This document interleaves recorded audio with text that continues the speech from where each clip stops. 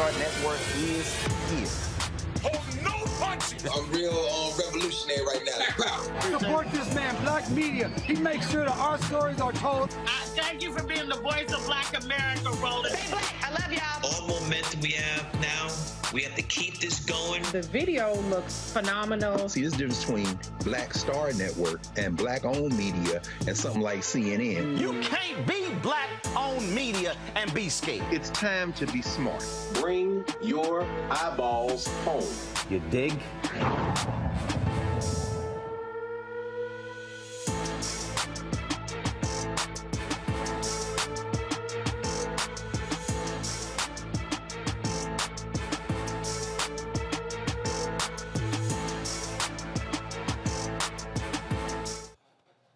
Let's go.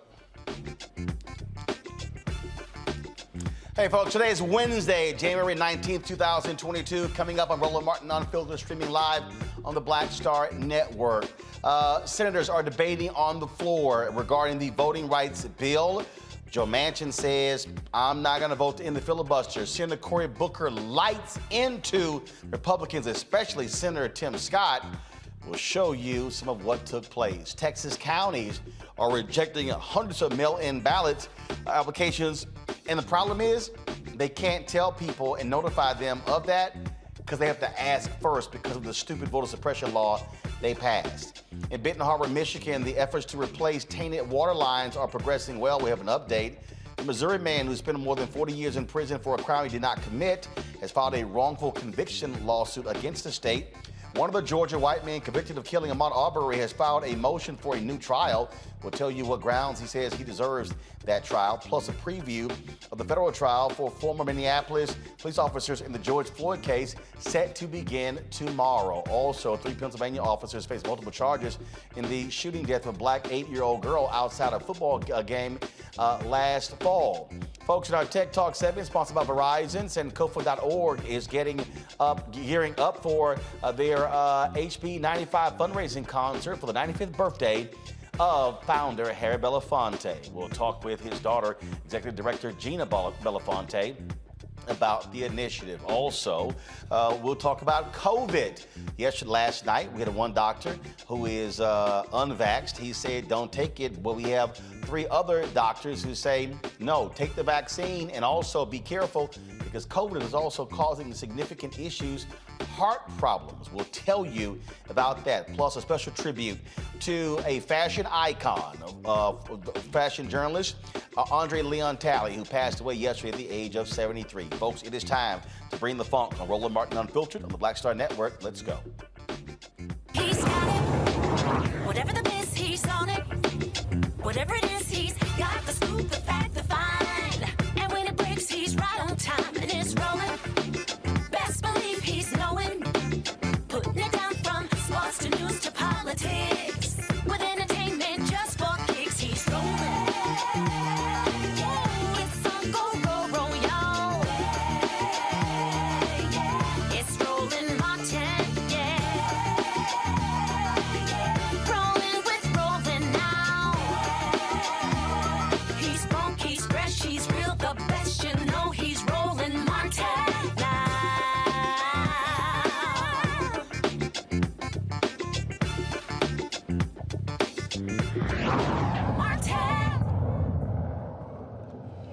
This is a live look at the United States Senate where Montana Republican Steve Daines is now speaking, one of the numerous Republicans speaking out against the Democrats' voter bill, the For the People Act and the John Lewis Act. Of course, Democrats want to stop they want to actually end the filibuster to create a carve-out to pass the voting bill. The problem is no Republicans are going to stand with them. And then, of course, you have Senators Kyrsten Sinema and Joe Manchin, who've made clear they are not going to stop it as well. Arizona Senator Mark Kelly, he stepped up today and announced that he indeed would support the end of the filibuster for the purpose of passing the voter bill.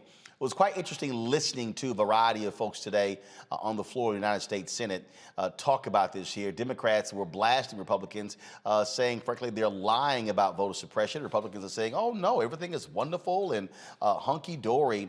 There was quite the exchange, as I want to show you this here. So Senator Tim Scott of South Carolina, he stood up and gave his perspective, and he talked about, him growing up, in the South and how these things have changed and all of this. It was just simply way too much for Senator Cory Booker, and Booker just finally just had enough of it, and so it was quite interesting because it wasn't long until after Scott finished that Booker just jumped up and didn't even wait.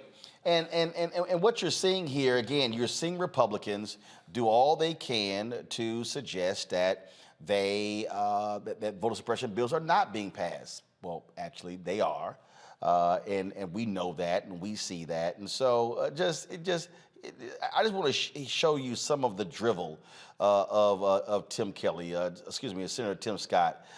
So just listen, check out what he had to say. If y'all got it, go ahead and roll it, folks. If y'all have it, because I just, I told y'all how I feel about listening to Senator Tim Scott. Go ahead and roll that. As I listened to the president talk about the importance of stopping what he characterized as Jim Crow 2.0, I felt frustration and irritation rising in my soles as I keep hearing the references to Jim Crow. I asked myself how many Americans understand what Jim Crow was. I am so thankful that we are not living in those days. But just for those who don't appreciate the Jim Crow that was, it was a time when my grandfather, born in 1921, would have experienced it if he was still alive. He could tell the stories of the Jim Crow South and the Jim Crow era, an era where in order for a black person to vote, you had to pass a literacy test. Now, if you could read at that point, it would not just be a test on whether or not you could read. It would be a test on, do you know who your governor was 20 years before you were getting ready to vote?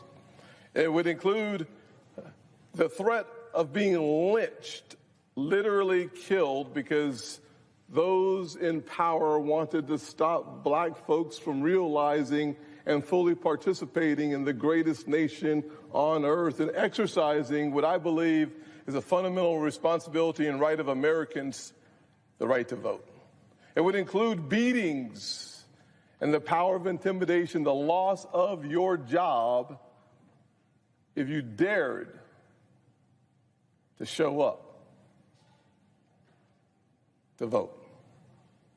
And so when I hear my president and your president, our president of these United States, just a little while ago, a week or so ago, talk about Jim Crow 2.0 and using as the poster child of this new Jim Crow South being the Georgia voting law, I rushed to read the law one more time so that I could understand what in the world is he talking about. Now, I'm here this afternoon, because I had a conversation with the South Carolina NAACP about 2 hours ago. And they encouraged me to come to the floor and make my comments as public as possible so that people understand what I have read in the Georgia law and compare it to the Jim Crow South.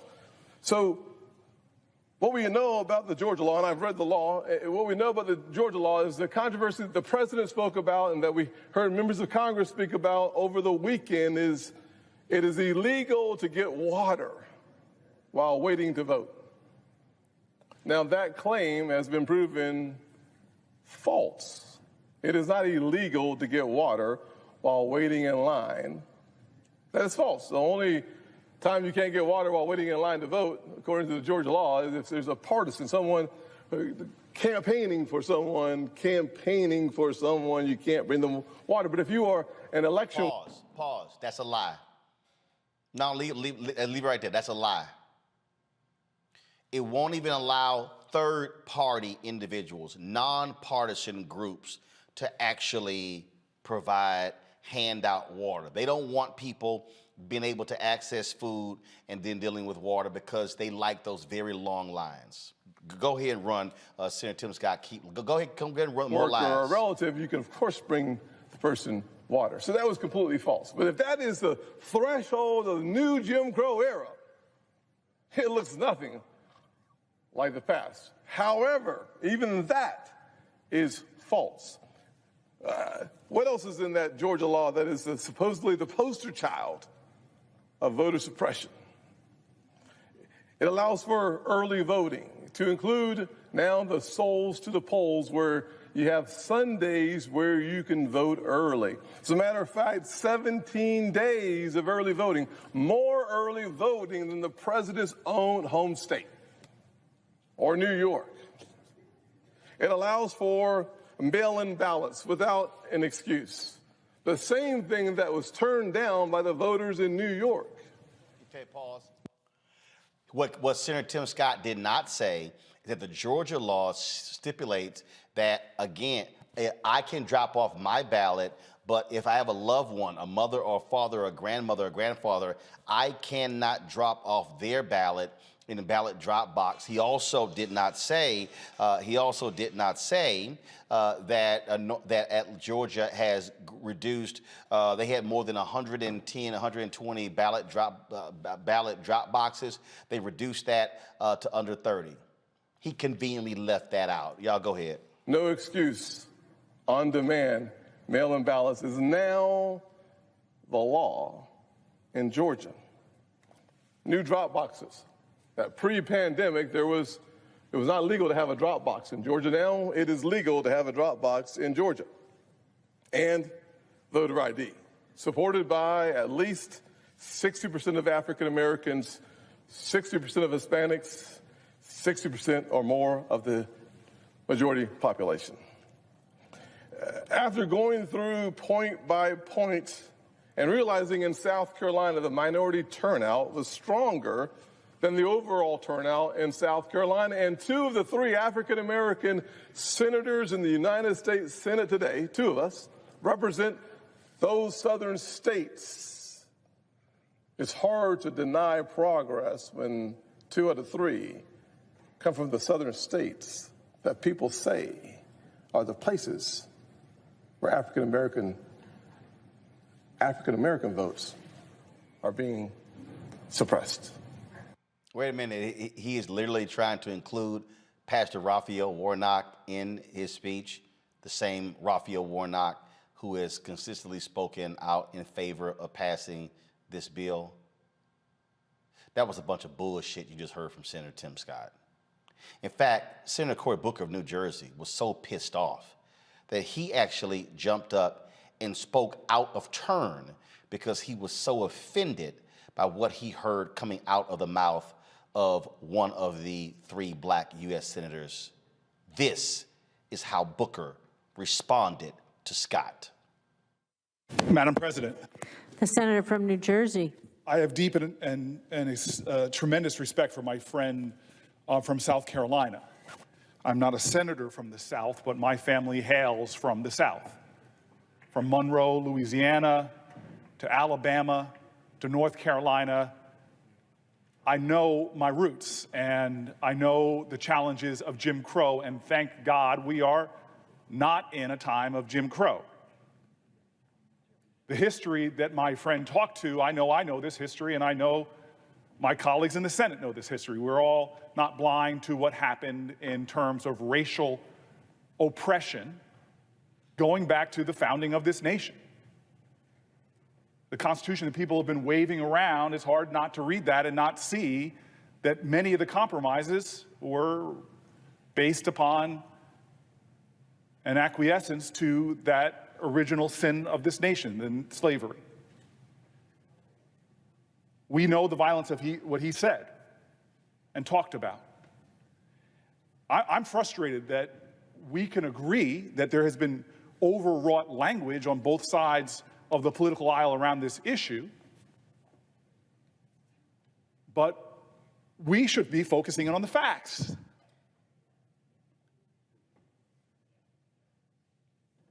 I have a hard time listening to people that want to talk about this issue and don't talk about facts.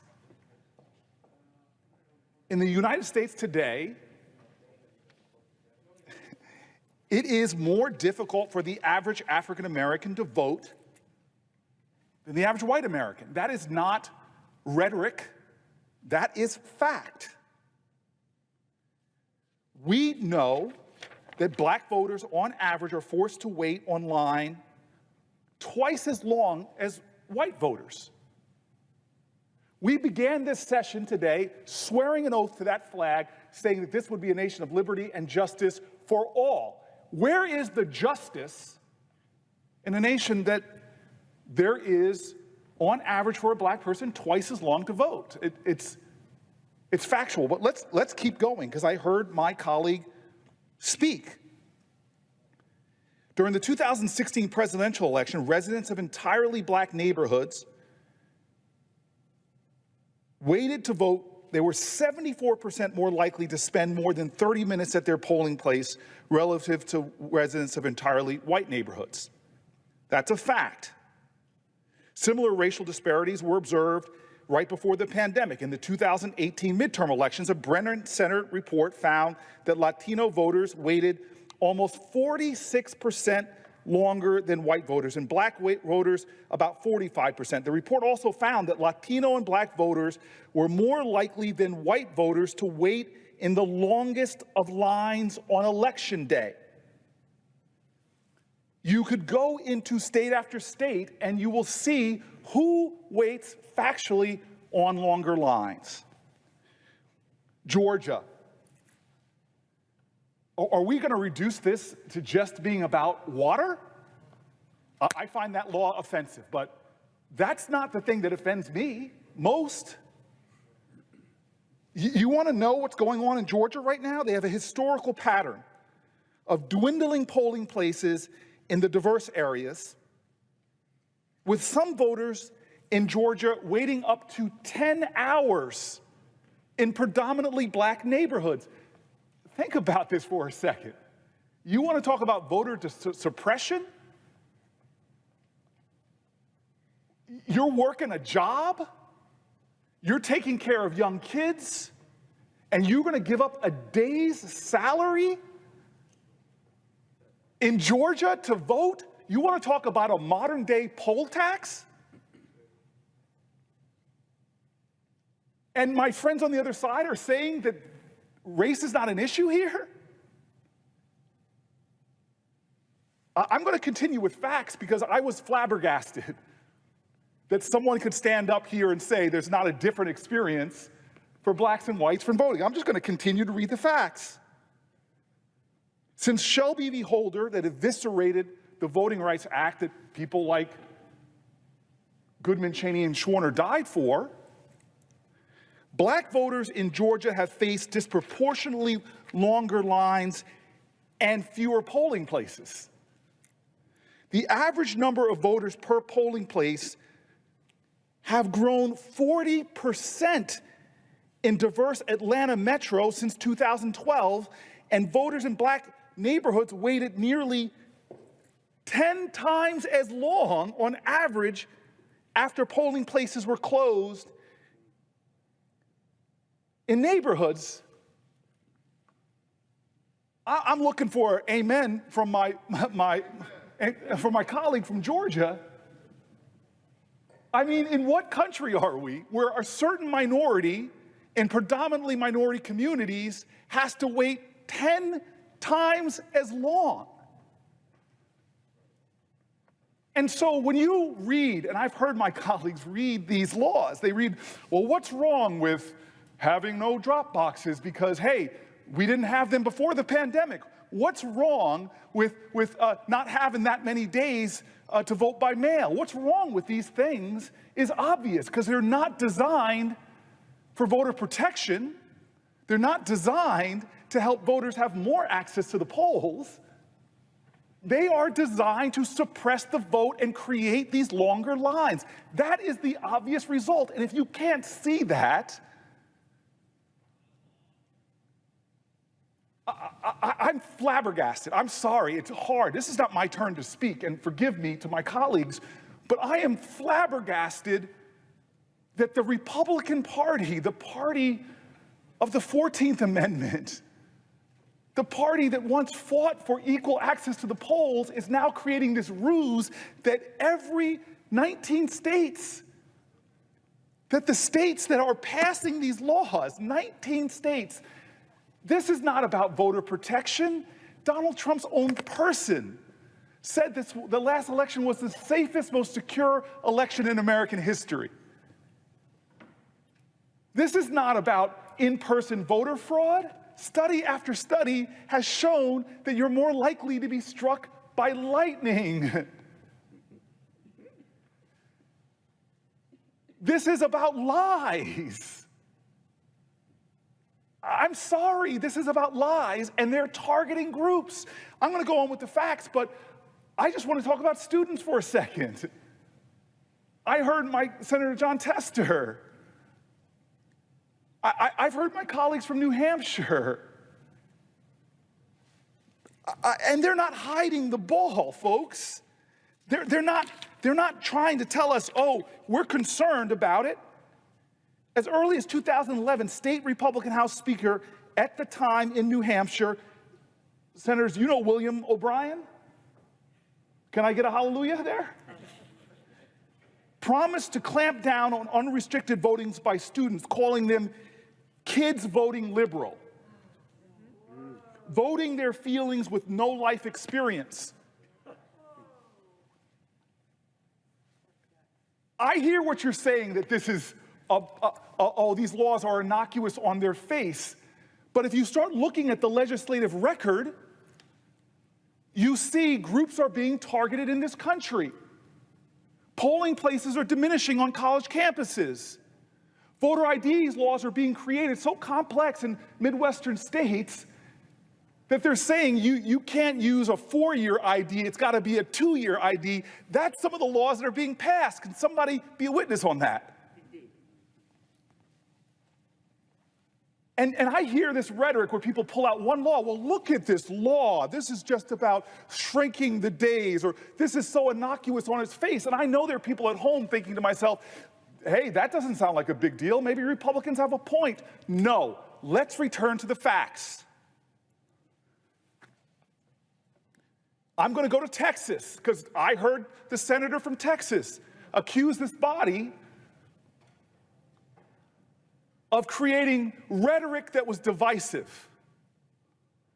You want to know what's divisive to a country that says e pluribus unum above where the presiding person is? You don't want to know what's divisive? Is telling people in the Congresswoman's state that if you live in a predominantly minority area, we're going to remove polling places and change laws so that black folks disproportionately are waiting 5, 10, 15 times longer.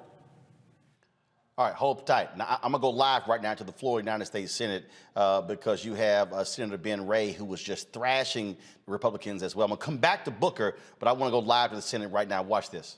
And poll workers, because of threats against their lives, due to conspiracy theories and lies pushed by the former president.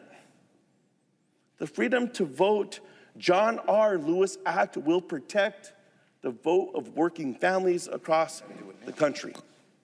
And only one archaic parliamentary measure prohibits all this progress. The filibuster does not increase deliberation in this chamber. It does not incentivize compromise. So while some claim that amending the filibuster will further the country's division, I disagree. Right now, it's only aiding and abetting obstructionists and opponents of progress when it comes to voting on civil rights legislation. While the filibuster is not mentioned a single time in the Constitution, it is too... Interruption. Thank you. Mr. President, I ask unanimous consent that the cloture vote on the motion to concur be at 8 p.m. Is there objection? Without objection. Thank you. I appreciate the courtesy of my colleague. Senator from New Mexico. We had no choice but to do it at 6:30. So the importance of us being here today goes right in the face of having this conversation and have debate. And I appreciate my Republican colleagues who've come to the floor to engage in some debate and some colloquy. I, like Senator Kaine, came to the Senate a bit naive. I thought debate happened here all the time. Just heard that. You just heard Majority Leader Chuck Schumer say initially there was supposed to be a 6:30 vote to end cloture, which really means end this debate and invoking the filibuster to move forward.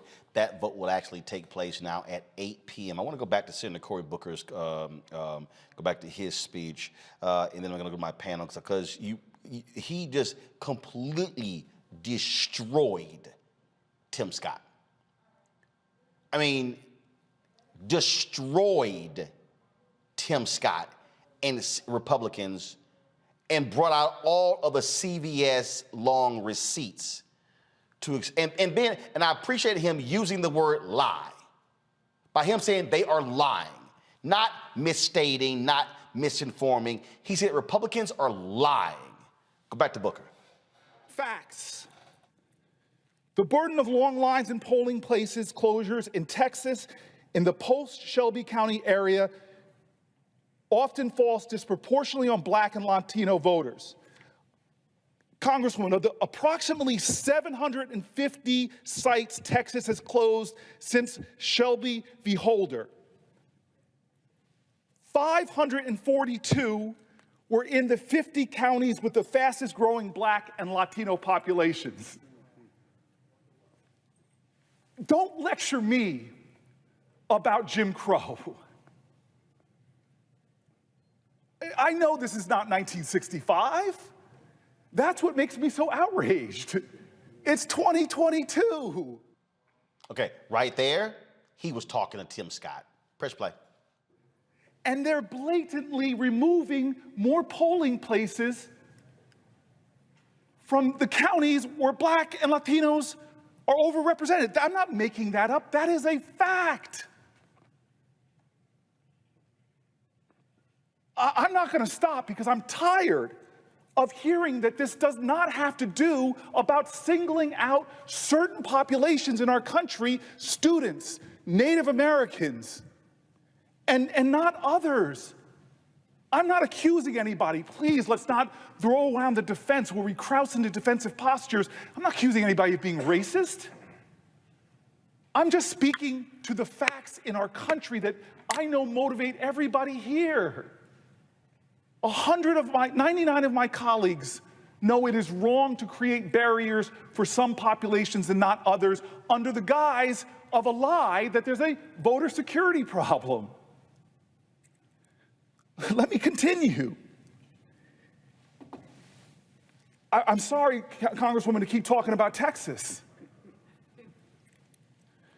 In the presidential primary on March 3rd, voters at the historically Black Texas Southern University in Houston waited not an hour, not 2 hours, not 3, 4, 5, waited 6 hours.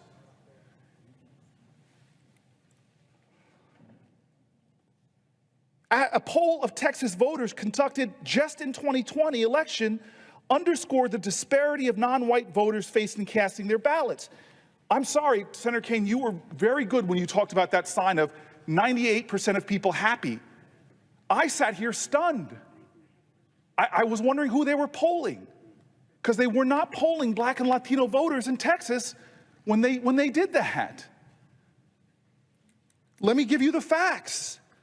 48% of Black voters and 55% of Latino voters in Texas found it easy to vote. But that leaves a lot of folks that didn't think it was easy. White voters, actually 65% think it's easy to vote. Everybody's not happy. People who wait in 6-hour lines are not happy. I just want to give a couple more facts. Let's go to my dad's home state. North Carolina was one of the states most affected by poll closures. There were 158 fewer polling places in 40 counties with large black communities. And African American voter participation dropped 16%. Why? Well, my friend Bennett said this. We still live in a country where the economic disparities between blacks and whites is what it was in the 1960s. And so if you're a black struggling family and your option to vote means standing in line for 10 hours compared to predominantly white counties where the wait is longer, you don't go vote. And that's not just black folks. The stories about disabled voters, with about 1 in 7 or 1 in 8 pointing out that it's hard for them to vote because of physical impediments, that's discriminatory against them. It doesn't mean people here are anti-disabled. We're not throwing those labels around. I'm just talking about the facts. And so I just want my colleagues to know that I can pull story after story of these states, the 19 that are passing these laws. If you pull them out and want to read them absent context, you're going to try to obscure the larger picture that's going on in our nation, is that we are seeing entirely Republican legislatures passing laws that are disproportionately impacting certain groups by the facts. And so I want to close with this, because I love what, on the march across the Edmund Pettit Bridge, they were stopped, beaten back. They tried to go again with King, again blocked by Alabama state troopers, but they finally got to their destination to protest voting rights. And I love what King said there. He talked about those people whose hearts were discouraged because they hadn't passed voting rights. And I know there's going to be a lot of people in this day that are going to feel that kind of discouragement. But Reverend Warnock, King gave one of his best speeches that day, where he asked people, how long are we going to have to wait? Not long. Because the truth, I'm thinking about the lies we're hearing now, the big lies, the lies of in-person voting, where the truth crushed to the earth will rise again. Don't lie and say there's not a disparate voting reality for blacks and whites in this country right now. The facts speak differently. Don't lie and say that these laws are not being done in a way to make it harder for students to vote. Don't lie and say that we are a nation that should be doing more to ease access as opposed to putting up more barriers, because to go on more barriers is anti-democratic.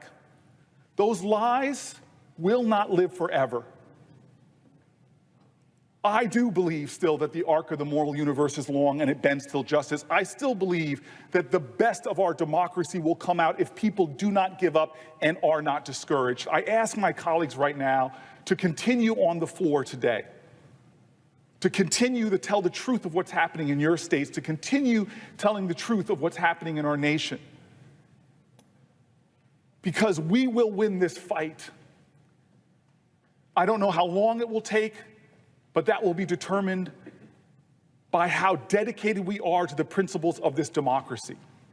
We must live in a nation where everyone is equal, not in rhetoric or in slogan or in salutes, but everyone is equal in the experience they have through participating in democracy. The vote is the bedrock of our nation, is the foundation of the country, and it does have cracks that need our repair. Whether we get down on our knees in prayer or we stand tall, let's continue the work of this democracy so that freedom and justice does roll down like water and righteousness like a mighty stream. Forgive my colleagues for speaking well beyond my time, and I apologize if I demonstrated too much emotion. Now, if you want to see hashtag T and whip that ass also showing up, this was a news conference that Democrats held. A reporter threw out this question. Senator Amy Klobuchar wasn't having any of it. And you ought to see wait till the end. the shade of the look Schumer threw at the reporter. Those are among some of the provisions that are in this bill. However, those started off as pandemic-related measures back in the day, and they were supposed to be temporary. How exactly did they fight racism at the time if they were supposed to be temporary and they weren't? Okay, whoa. First of all, mail-in balloting has been the way of voting in the state of Utah. It hasn't been temporary, and that is one red state. Could you want me to, are you talking or am I? I'm talking. And mail-in balloting has been the way of life in many, many states, red, blue, and purple. And one of the things we've learned from the pandemic is that it's actually incredibly helpful in a pandemic, but it's also made it easier for people to vote. So what has gone on in some states is they've rolled back the very things that will make it easier to vote, leading to more and more, as I pointed out, confusion. The other thing it's important to know, and the reason I use the example of Montana and same-day registration, is they are also rolling back things that have long been the law in states. They basically, to quote a North Carolina court regarding a law a few years ago, are discriminating with surgical precision by looking at each state and figuring out how did more people vote this way? Well, let's change that. 70,000 people registered to vote in the state of Georgia during the runoff period. So let's do two things. Let's reduce the runoff period, which they have done, Senator Warnock, and then let's not allow same-day registration, not same-day, registration during that period. That's exactly what they've done. So I can give you numerous examples of both ways. They've rolled back things that they changed during the pandemic, like witnesses for mail-in ballots in South Carolina. Then they took that away. And things that were put in place even before the pandemic. But no matter which way they did it, it all adds up to one thing, and that is voter suppression and limiting people's freedom to vote. And voter suppression aimed not at the general population, but at particular populations, particularly people of color, urban people, etc. Oregon, just state, students, young people. Oregon has had mail-in voting for 30 years, long before the pandemic, ma'am. It also has the highest or second highest after Minnesota percentage of people participating. Isn't it good to have a high percentage of people participating? Second highest. Manu, you get the last question. Senator Manchin suggested to us that Democrats don't have That stare down was pretty good. Eugene Craig is CEO of X Factor Media, Inc. Robert Patillo, Executive Director, Rainbow Push Coalition, Peachtree Street Project. Monique Presley, Legal Analyst, Crisis Manager. Glad to have all three of you here. Bottom line is, Senator Cory Booker nailed it, Monique, when he said lies. Y'all are lying. And then just went down in detail, lie after lie after lie. And frankly, I just think Senator Booker sat there and was like, you know what? I'm just tired of hearing this bullshit from Senator Tim Scott. So somebody black had to follow Senator Tim Scott to put him in check. Yes. And I originally thought as I was watching that he was scheduled to be the next person, and then figured out, no, as time went on, that he just couldn't take anymore and had to set the record straight. And that is exactly what he did. I don't know what I can say about Senator Scott's remarks that I don't know what I can say about Senator Scott's remarks, except that I am thankful that Senator Booker followed it up with facts, with truth, with challenge to all of the misrepresentations, lies, generalities, excuses that were offered starting yesterday around 1 o'clock in the afternoon through tonight and still ongoing.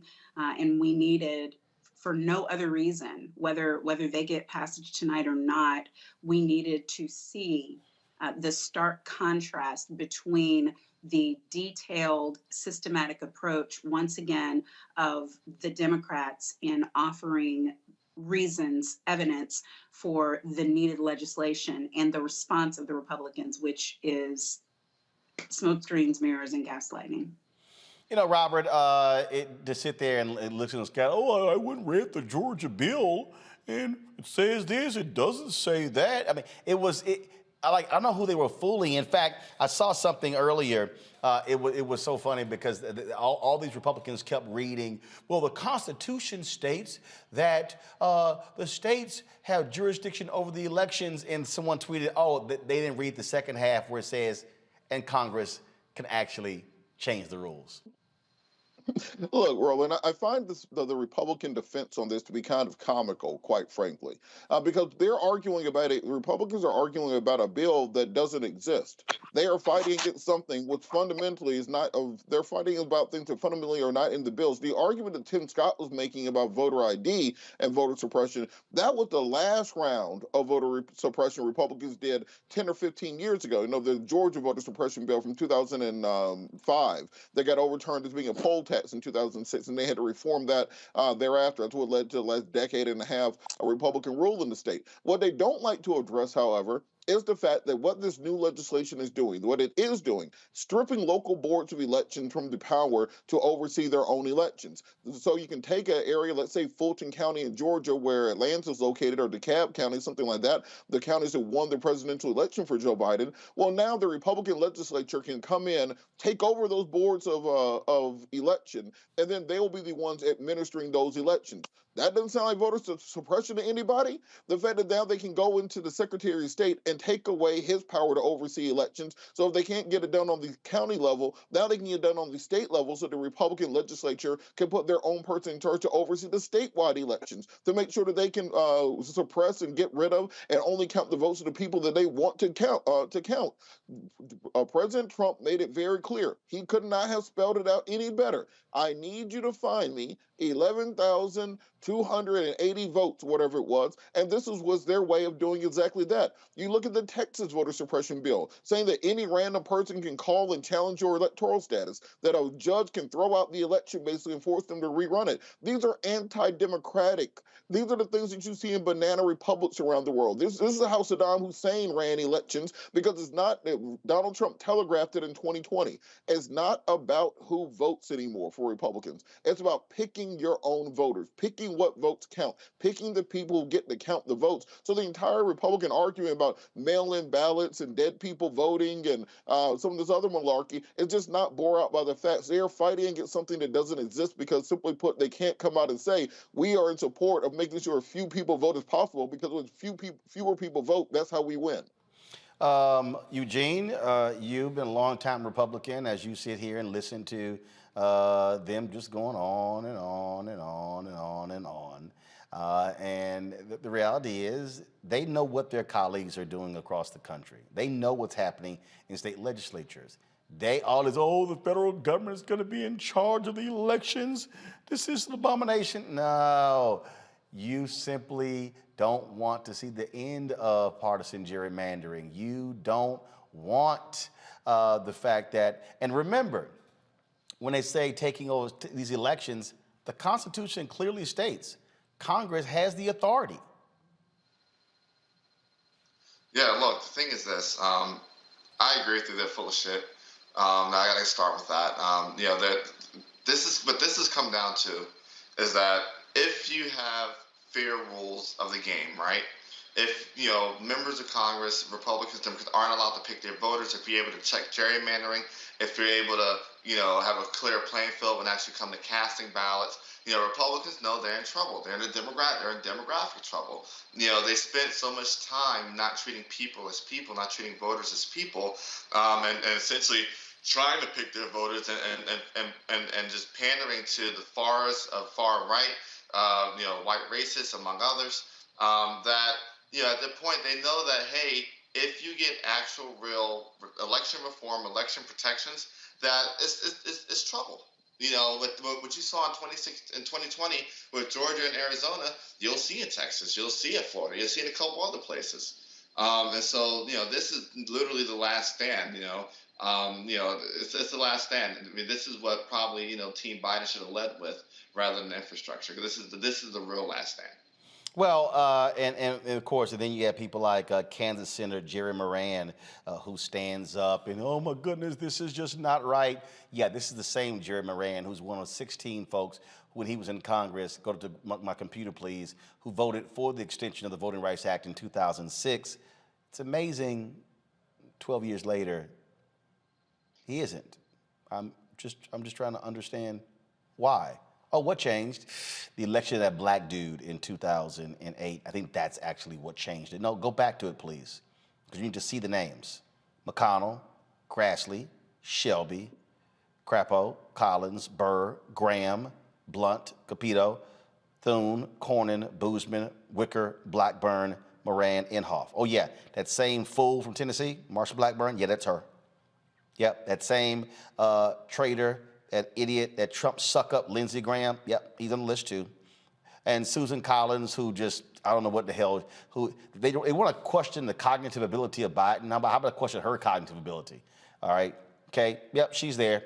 Oh, and Richard Shelby from Alabama, that's the same guy who's Republican, but actually remember he won the United States Senate as a Democrat because Reverend Jesse Jackson put all those black folks on the rolls in 84 and 88. Yeah, same guy. And yeah, McConnell as well.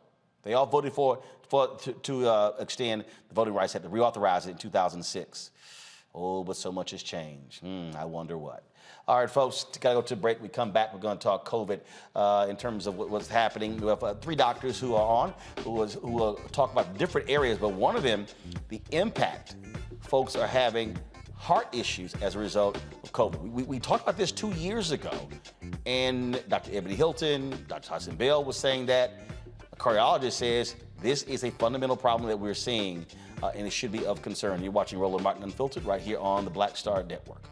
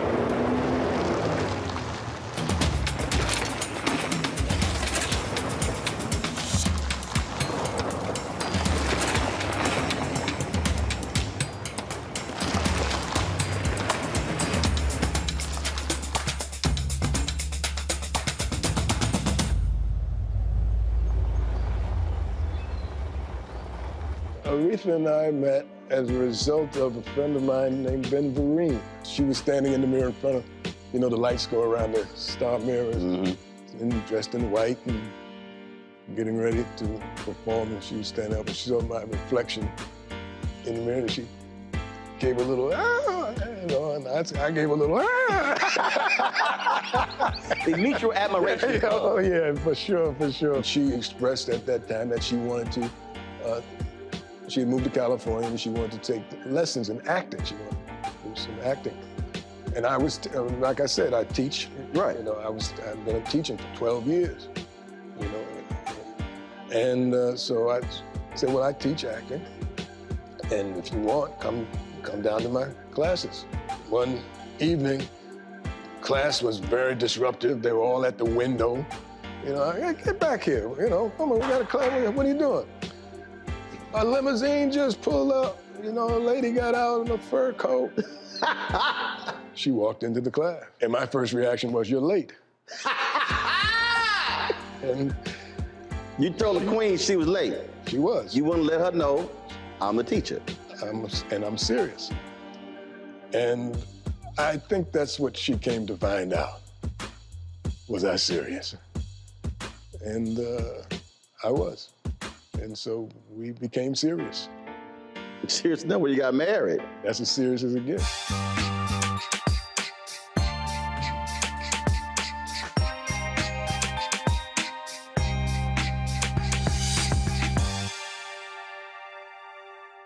I'm Chrisette Michelle. Hi, I'm Chaley Rose, and you're watching Roland Martin Unfiltered.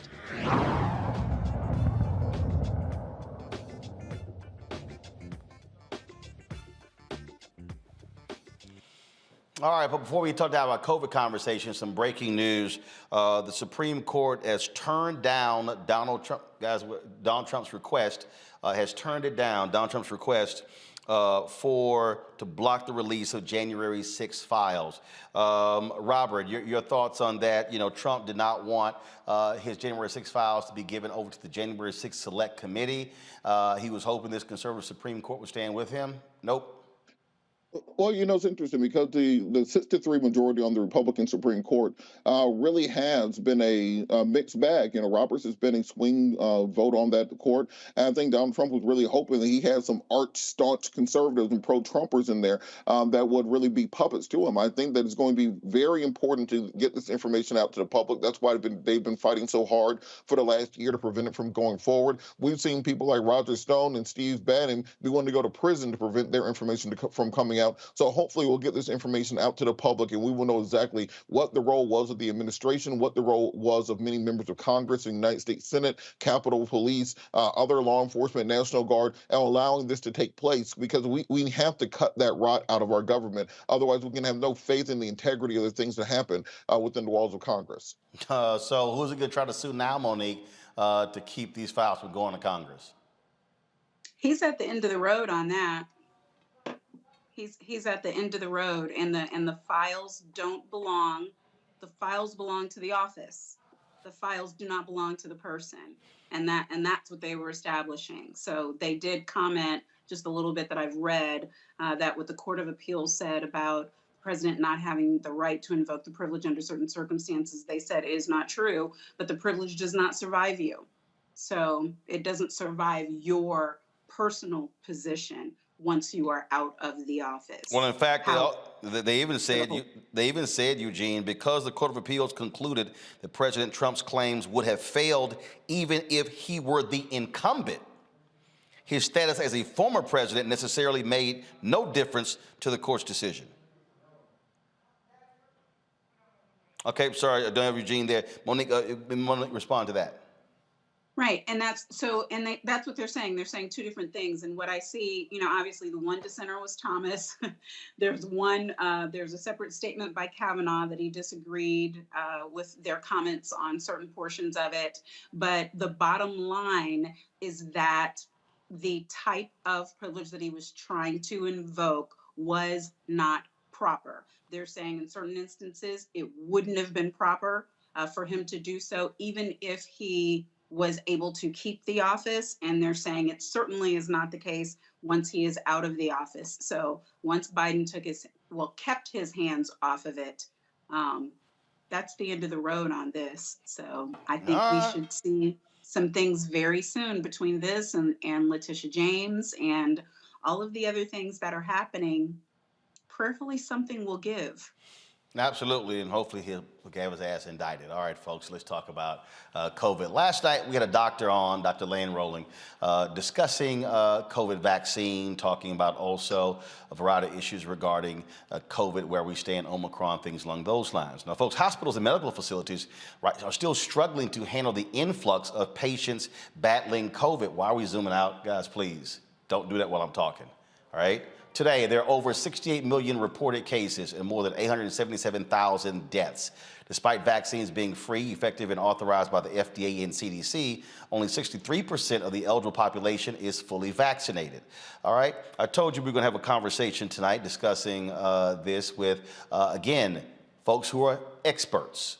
I keep telling y'all, we focus on experts, not people who read medical journals, but people who actually live it, practice it. Dr. Christy McDowell is a microbiologist and CEO, founder of Baby Scientists, Inc., vascular cardiologist, Dr. Bernard Ashby from Miami, and an infectious disease specialist, Dr. Alexia Gaffney. So we're going to ask each one of you, and I'll start with you, Dr. McDowell. Last night, of course, we had Dr. Rowling on, and he made several claims. A lot of our people who were in our chat room, they were saying, okay, now I'm confused. He said that he is not vaccinated, that the vaccines simply don't work. He argued that people can take precautions without getting vaccinated. You saw the comments from last night, your assessment. I did, Roland. And, you know, I respect the brother and his thoughts and his background, but I respectfully disagree. I agree. I believe that the vaccines work. I believe, although we have some numbers that have increased recently with hospitals and infections, they are not at the level in which they were back in 2019 and early 2020. We don't see refrigerated trucks outside of hospitals with dead bodies in them. So that, to some effect, lets us know that the vaccines do work. The one thing that I did agree with him was that masks work. He wanted to emphasize masks that, prevent viral transmission. I don't think many of us have access to those. You have to be in a very specialized laboratory or medical facility to have access to those. We have access to KN95s, N95 masks, or just regular cloth masks. And the one thing that he did say was masks work as a barrier to prevent. And so if we cannot afford, a Mercedes mask, then a cloth mask or double masking will do. It will help prevent the transmission and infection of the disease. And so, I like I said, I respect his credentials and all, but I respectfully disagree. And I hate that, he said the things that he said, because it is, people out here who aren't scientists and who aren't in the medical field, who don't understand these things, on a regular basis and everything that's coming out. And it gets so confusing. And so to have someone, say these things to the Black community is very frustrating, because, our numbers are some of the highest, who are dying from this virus, and my heart goes out to everyone, and I just want everyone to be safe and to be careful and to continue to wear their mask.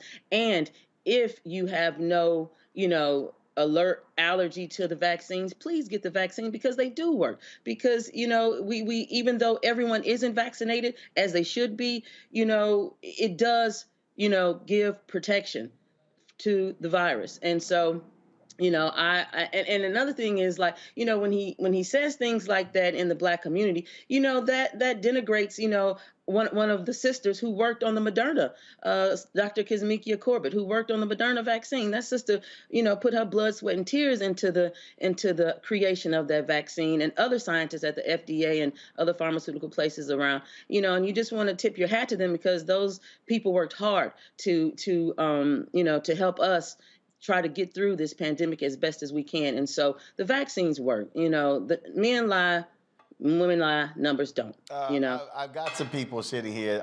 Before I go to Dr. Gaffney, so guy goes, Roland, the woman speaking, she's not a doctor, and I'm like, she's a microbiologist. Do you even know what the hell that is? And so, Doc, for the people who have no clue what the hell a microbiologist is, can you just go ahead and just tell them?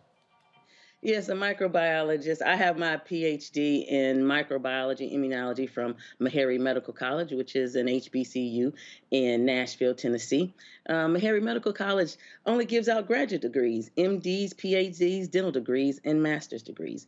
And so microbiologists, we study microorganisms like bacteria, viruses, and other organisms. And so I also have a concentration in molecular biology. And I've studied other infectious diseases such as prion diseases and things of that nature at the FDA and NIH. So that is, and the National Cancer Institute. I have also studied there. So that's why I keep saying you got to be beware of all of these YouTube, TikTok doctors. All right, Dr. Gaffney, you are an infectious disease specialist.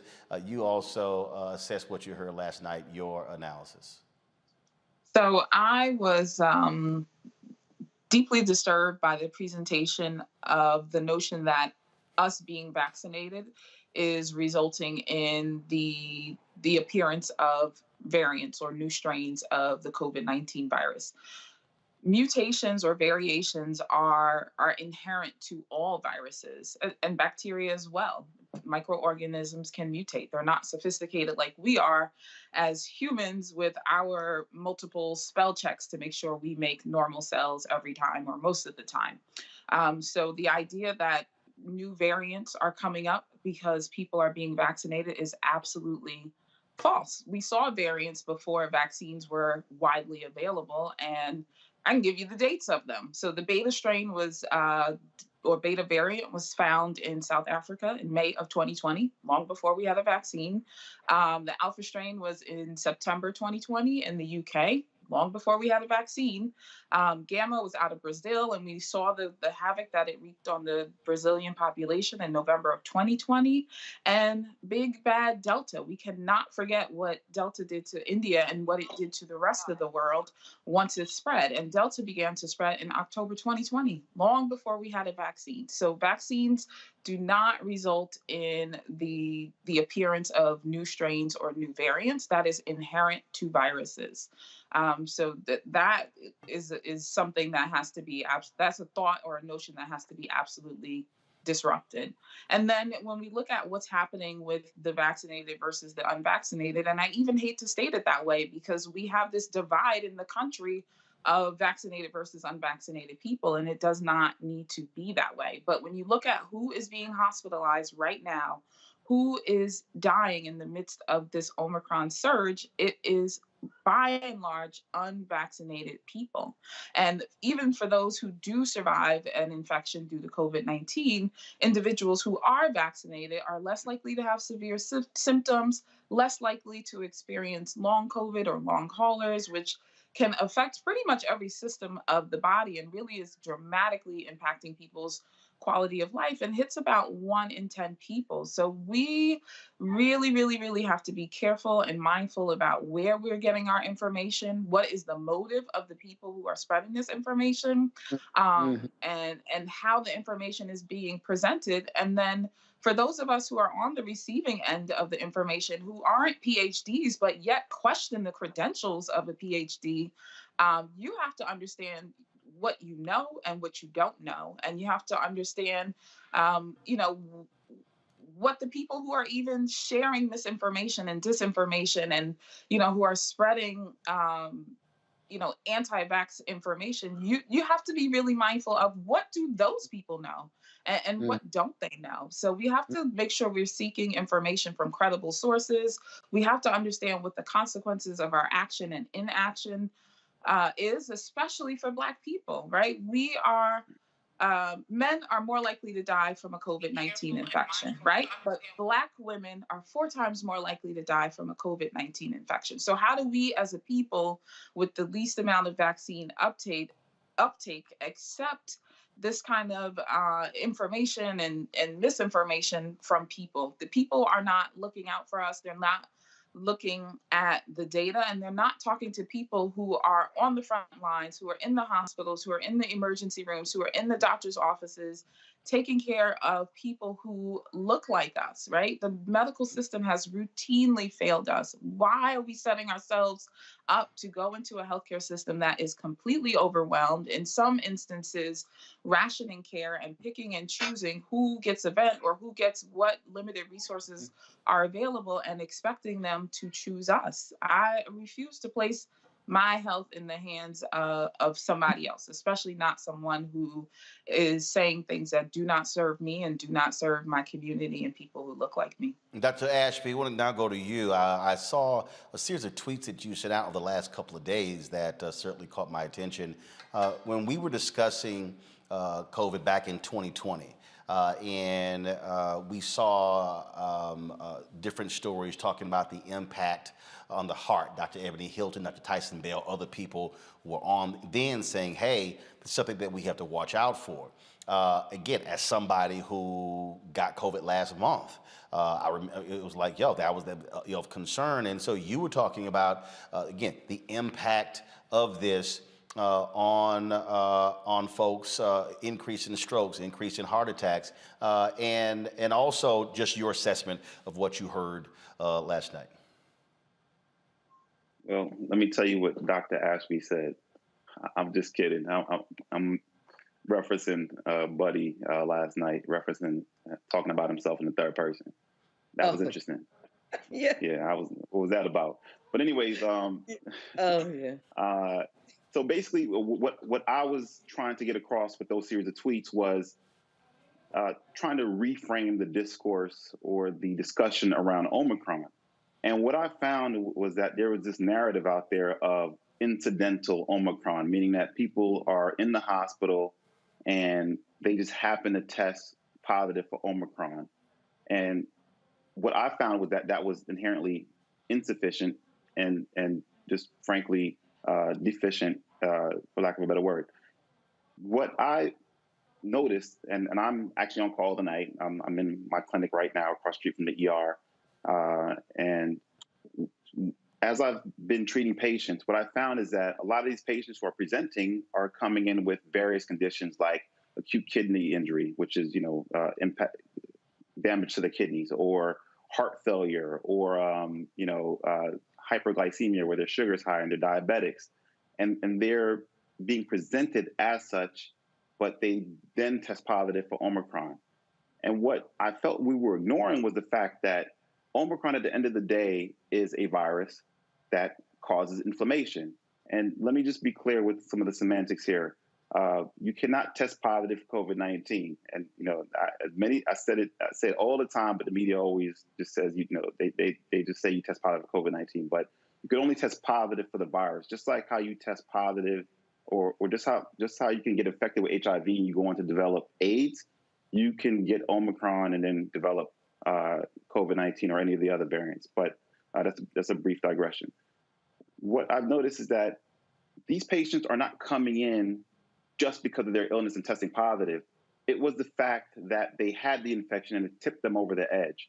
And in the US, we have a huge amount of chronic medical illnesses, right? We have a ton of obesity, diabetes, hypertension, hyperlipidemia, and we have lack of access to care. So there's a ton of people who are being mismanaged or don't have any access. There's a lot of diabetics walking around they don't even know. And so you just slap a virus on there and that leads to inflammation. These people present with various conditions. And to me, that part of the discourse was missing. And as a cardiologist, I've seen it time and time again in previous variants, and I'm seeing it now where patients are coming in with heart attacks, for example, and they're just happen to test positive for Omicron.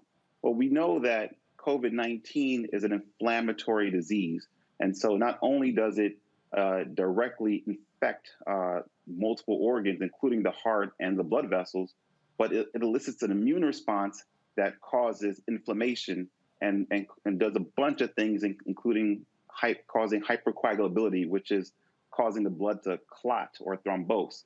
And that can lead to ruptured plaques or blocked arteries, which are essentially heart attacks if it's in the coronary arteries, or it can lead to a rupture of a plaque that's in the carotid artery. So, the prerequisite is to have plaque lining the artery. Then you throw some inflammation on top of that plaque, which then gets activated and clots, and then it can cause a stroke. So that's the mechanistic, foundation behind that. And that's just something that we were ignoring. And, how do you explain, and this is why I was getting frustrated, how do you explain the surge in hospitalizations? Yes, there's a decoupling of the hospitalizations with Omicron as compared to prior variants, but you're still seeing a surge in hospitalizations. And to simply say that most of those patients have incidental Omicron is just insufficient. And one last point is, I think a much better indicator of the impact of Omicron or the Omicron effect is excess mortality, as opposed to just looking at mortality directly related to Omicron. And so what we saw in South Africa is that the excess mortality increased by roughly 34%. I strongly suspect that it's going to be higher in the U.S. I've seen it firsthand anecdotally, but obviously we have to remain scientific in our analysis. But it's the way we let this particular variant rip through our population, and we're reaching nearly 1 million cases a day. That puts additional stress on our healthcare system, which is already short, has staff shortages. In addition to the fact, again, that we have a lot of individuals with chronic medical illnesses who are presenting to our ER and unfortunately not getting adequate care because of, again, multiple factors. I'm going to pull a panel into this in a moment to ask some questions. But so I got to ask each one of you, because this is the most basic thing I keep getting. Okay, what do we do? What do we do? How are we supposed to proceed? how are we supposed to move forward? Look, when I tested positive last month, I had a staffer who tested positive, and then what we did was we went virtual for 2 weeks. It was around Christmas and New Year's anyway, and so it made sense. And so, okay, fine, we come back, we're here 2 weeks, then one staffer tests positive, send her home, and so then it's like, well, do we now go back to isolation? What do we do? You hear from the CDC. Then, of course, now there are conferences and there are concerts and people are going to football games and whatever. You've got Mardi Gras that took place. You've got, the Essence Festival, the NAACP Image Awards was supposed to be at the end of February. They announced it's going to be live, but there's going to be no studio audience, presenters in person, no one else. The Grammys, they postponed it from the Grammys. They moved to Las Vegas. And so people are just sitting here going, okay, fine. What do we do? How are we to proceed? Should we be wearing gloves? Should we be wearing masks? Should we be covering our eyes? What in the world, how should we be proceeding in 2022 to deal with this? Dr. McDowell, you first. Very, very carefully. Now, I say, proceed as we did before. Nothing is 100 proof. The mask, the hand sanitizing, the distance, all of these concerts and events, I deem them dangerous. I would not attend them myself. I'm a little shaky going into my classroom with 24 students. Just be cautious, wear your mask, hand sanitize, and keep your distance. That is, and stay away from mass crowds, only go to the grocery stores and other stores when, 100% necessary, if you have to, still utilize, different, apps that can bring you your food and things. And I know we want to go to restaurants. I know we want to go to these things, but we are still in a pandemic and people are still dying. And it also, I say err on the side of caution at all times. And if you value your life, do it. Take precaution. Don't take, those chances because, the chances you take, you may not get another chance to make it. Dr. Gaffney. So we have to remember that there's lots of decisions to be being made right now, and some of those are public health decisions, and some of those are financial decisions in good old capitalistic America. So, when concerts are allowed to go on and sporting events and all of these mass gatherings, that has nothing to do with public health. It's actually not at all in the interest of public health. And I think we have to be very mindful of that. We shouldn't feel like, the doctors and, whoever else is allowing us to do these things, it must be safe. No. As someone's infectious disease doctor or primary care doctor, high risk, low risk, no risk at all, I am telling people, do not take chances with this virus.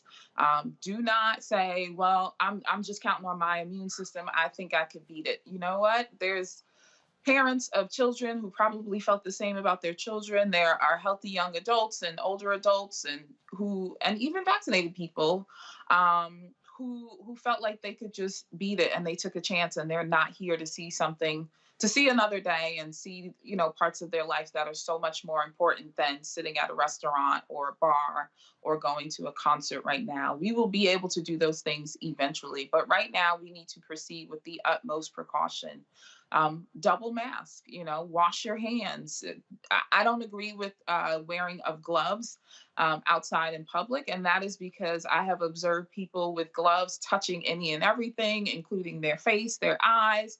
I've seen people, take the glove off with their teeth and all kinds of crazy things because we're just not mindful of what we're doing. But people tend to be a little more mindful of the fact that they went up and down the aisles of the grocery store and touched the cart, and they will clean their hands and, when they get back in the car. But, those gloves are just picking up germs and taking them with you. So definitely double mask. If you have a plain surgical mask, put a cloth mask on top of it. If you are double masking, put your better mask closest to your face. So is that if that's a surgical mask or a KN95 or a N95, if somehow you have your hands on that, then you put that on first, and then you might put a surgical mask or a cloth mask on top of that. Does the general public need to cover their eyes? There's probably no harm in it, but the reason I wear a face shield in my office, or the reason Dr. Ashby would have a face shield on or be covering his eyes in the emergency room is very different than being out in the grocery store. We certainly don't want to get the false idea that if How about an airplane? How about an airplane? On an airplane, I would on an airplane. There's nothing that is important to eat or drink on an airplane that would make me take my mask off. I had to fly to California recently, and I was double masked. I didn't drink a thing. In fact, I closed my eyes, put a hood over my head, and went to sleep. I didn't look at anybody. I didn't talk to anybody. I didn't open the vent. I just sat there and sweated. Well, Doc, I'm not taking chances. Well, I'm gonna have to figure something out, Doc, because I'm supposed to be going to Liberia. That's a 25-hour flight. So I'm gonna eat something. So I'm gonna have to figure. Maybe I'm gonna get me like a portable, hood or something. I don't know. You're gonna have to send me some suggestions, because I don't think I'm gonna sit here and go 25 hours and not eat or drink. So no, on a 25-hour flight, you better hydrate so you don't get a blood clot. But you'll be tested before you get on that flight, unlike domestic flights where we just coming and going as we please. Oh yeah, no. First of all, I got a massager. I'll be walking. I'll be drinking as well. But we gonna eat something. So you just let me know how we work that whole thing out. Dr. Ashby, on that point, as Dr. Gaffney was talking about when we're in the stores and stuff like that. Again, I think what people are also looking at is like, okay, so what do I do? So if I'm going into a store and I'm touching packages or whatever, I mean, do I sit here and am I constantly cleansing? Am I constantly putting on gel or whatever? Do I do it before I walk in? And then do I do it, when I leave? Because I think that's what people are trying to figure out, exactly, what is that process? Because when we talk about even with gathering, it's like, in December, I was inducted into the National Association of Black Journalists Hall of Fame. I got folks who want to do an event for me in Houston, where I'm from. So the question is, do you do an event? If you do an event, what do you do? Are you checking temperatures? Are you doing on-site COVID testing? Well, somebody may have gotten infected but not showing any symptoms. And so folks are sort of, and I think a lot of this frustration that people have is that they're sort of like, handcuffed, if you will, from being able to do stuff, and then people let their guard down like, man, look, I'm going out, I'm going eating. So they're looking for strong direction just to be able to just get through this. Doc, ask me your thoughts. Yeah. So Roland, I actually have a different take than probably many of the professionals, including the panel here. What I've said from the beginning is that COVID-19 was a societal shifting event. Okay, like it. Our world has changed fundamentally, and I don't think people or our policymakers have wrapped their mind around it. And even Dr. Rowland, it's one of the things that he did say that was correct. He said a lot of things that were correct, but some of the things. Anyways, the virus ain't going anywhere. It's going to be here for the rest of our lives. We need to really wrap our mind around that. The coronavirus isn't going anywhere, and the question is, how are we going to structure society with the virus? There is going to be other variants for sure. Hopefully it's going to be less virulent, but we don't know, because this virus is throwing all kinds of curveballs left and right with us. But we need to understand at what point are we going to transition from being in this reactionary phase to operating as in our new reality, so to speak. And it's important to understand that there's a couple things. I mean, and I preface this by saying that I am very big on Ubuntu, right? I am, because we are, and what I do affects my neighbor, and that's very important. But it's also important to assess your own risk, okay? Meaning that if you have multiple comorbidities, if you're obese, if you have COPD, whatever, you're at a much higher risk than someone who is young and otherwise healthy. Yes, we could talk about anecdotes of, someone, getting a clot or thrombus or whatever, but we have to look at it in its totality in terms of the actual data. And those risks are very low, particularly if you're vaccinated. And you have to add on to the fact that Omicron is a very different virus than Delta and the previous variants. Its virulence is very different. It's an upper airway disease. It doesn't affect your lungs like the other variants do. So the likelihood of you developing a COVID-19 pneumonia are much less. With that said, again, it's nothing to dismiss. I mean, meaning that people can get very sick, and even if you don't have any risk factors, you can get very sick. So you have to, again, factor in your own risk. So my overall point is that, yes, you got to take mitigation measures, and yes, you should try to prevent getting this virus, but it's pretty hard to do. I mean, there's a saying now: if you're in the same room with somebody with Omicron, you likely have it. I mean, it's spreading like the measles, but again, it's much less virulent. In terms of the actual spread, yes, you can spread it via contact, but it's primarily airborne, okay, and it's primarily also aerosolized. So the vast majority of infections are being spread that way. It's the people who are getting it from fecal or oral route or touching things is much lower. So the yield in cleaning your hands and wearing gloves is very low. Whereas again, protecting your nose and your mouth is much higher. And one last point is that why are we not talking about treatment? I mean, the advances that we've made in treatments are monumental. I mean, we have the monoclonal antibodies, some of which are not as effective against the Omicron variant, but we have quite a few that are. And we also recently EUA approved 2 new oral antivirals, molnupiravir, or the Merck drug. If you can't say it, I damn sure can't say it. Yeah, I'm sure my ID colleague will be able to say it. But and we have the Pfizer drug, the Paxlovid.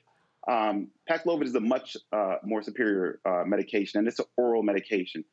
Why are we not talking about this? And this is unique to the Black community. Like, most Black folks I know don't know anything about monoclonals. They don't know anything about oral therapies, and these are therapies that should be given early on. As far as I'm concerned, COVID-19 is an outpatient disease. Okay, if you're getting hospitalized, if you're dying from COVID-19 at this particular juncture in the pandemic, that represents a failure of our system, which we all knew it was failing before. I mean, I'm a cardiologist, and just look at heart disease and cardiovascular disease in general. 80% of that's preventable, yet people are still getting it left and right. That's a whole nother discussion.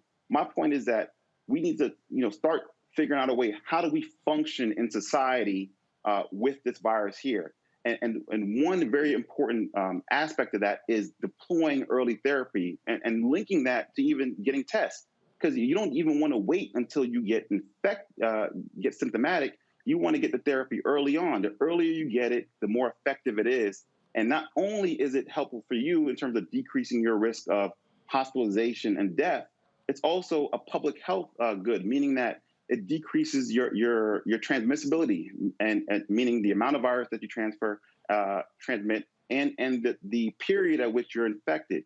So I just think we need to stop, being in these two different categories, because, yes, we need to get vaccinated, but we got to stop beating a dead horse. I mean, the people have pretty much decided whether or not they're going to get vaccinated, and we can still talk about it. We can still educate folks on it, but to talk about vaccination at the expense of early intervention, to me, is doing everybody a disservice, because that could save a lot of lives, particularly in the folks who have put their foot down. And what you're seeing in the white populations, particularly Trump supporters, especially in Florida, because Ron DeSantis is promoting monoclonal antibody therapy, a lot of those people who are against vaccines are getting this synthetic monoclonal antibody, which makes no sense, based on logic, but at least they're getting the therapy and we are not. And the numbers are dismal. And it's unfortunate that the CDC is not tracking this at all.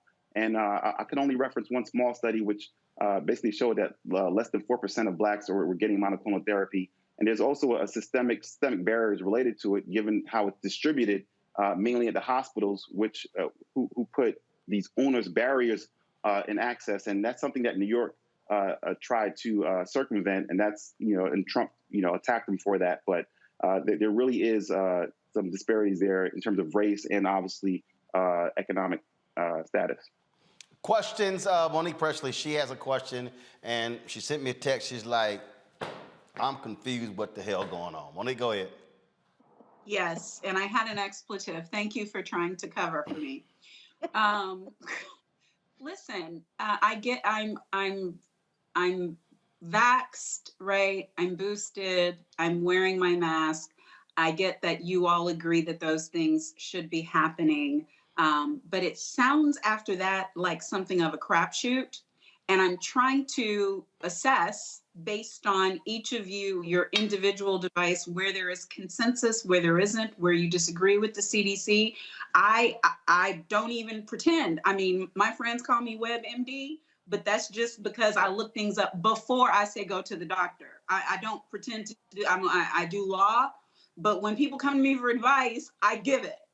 And what I feel like in this entire process, which I understand is a process in a situation that nobody's ever been in before, but what I feel like we don't get is just advice.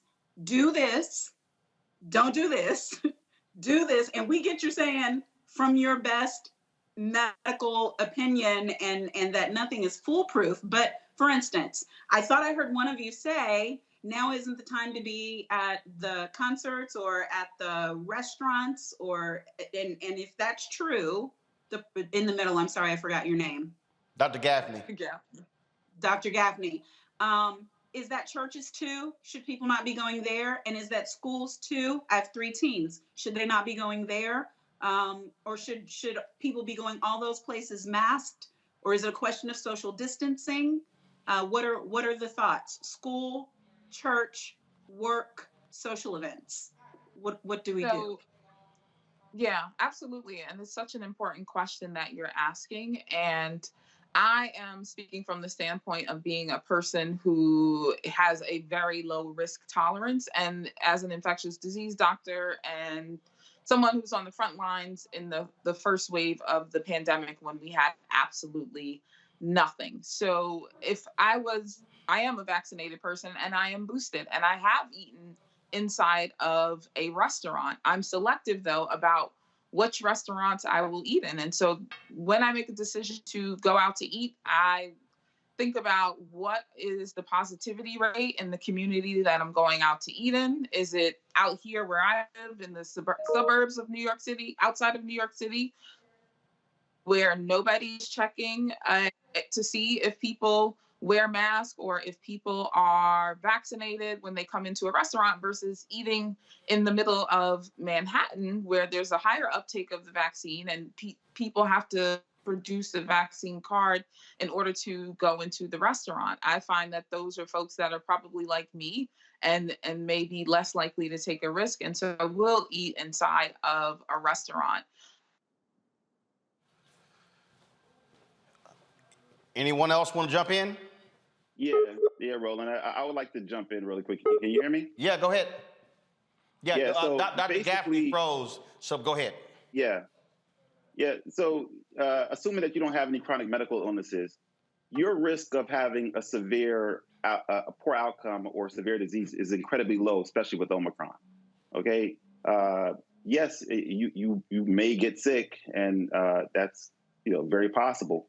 But we have to, again, put things into context, okay? The vast majority of individuals that are getting hospitalized or going to the ICU are those with chronic medical illnesses.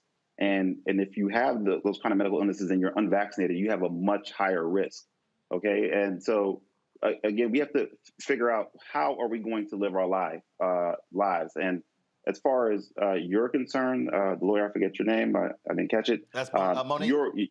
Monique, your risks are incredibly low. Like you have to again assess the fear or the actual risk, and not let fear overstate that. You have to live your life. And now, if you were living at home with somebody who is on chemotherapy and very on dialysis, it's a different risk benefit analysis for you. But on top of that, you have to also understand what your options are. And for me, like my concern for getting Omicron is super low. Like my concern for my 2-year-old getting Omicron is super low. But again, if you look at it on a mass scale, it becomes an issue. Okay, it becomes a real issue. Hold up. So is your concern it's super low because of this protective barrier that you sort of created? No, it's because I'm vaccinated and I'm otherwise healthy. My risk of having a poor outcome for Omicron is much lower than somebody who's 80 years old, has heart failure, and is unvaccinated. And so I'm fully vaccinated. I'm otherwise healthy, and I know Omicron ain't Delta. Okay, it changed the equation, and that's why I try to look at things from an outcome and a policy level. And that's also my background.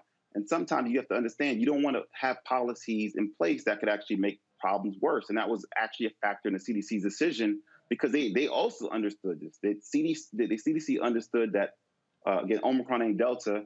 And then, besides the fact it's capitalist and all these other things going on, that was certainly a factor. Got it. But we have to understand like that in the hospital setting, we were short-staffed. And if you have people quarantining for 10 days and you have a hospital surge, people are dying because of high nurse-to-patient ratios. They're dying because of staying in the ER all day and getting infected there. And so you have to, again, do a more sophisticated risk-benefit analysis and you can't just look at the direct impact. So again, this is where policy and immunology and virology and all this comes together in addition to political ideology and all these other factors that are going on. And that's why I mentioned early COVID-19 treatment is incredibly important. Just before I go to Eugene, Vice President Kamala Harris is traveling to the Capitol to oversee the 8 p.m. vote on the Freedom to Vote in the John Lewis Act. So I just want to let you know that, as Senator Chuck Schumer said, the vote for closure is supposed to start at 8 p.m. We'll have it live. Eugene, question. What's your question for the panel? I guess my question for the panel is this. Look, outside's open. Outside's open at this point. But we're still dealing with the situation, at least here in Maryland, with 3,500 people are hospitalized right now. Most of them are vaccinated. I mean, what is it going to take to slow this down at this point, besides mandating the vaccine flat out, right? Let's see here. Dr. McDowell, you want to start?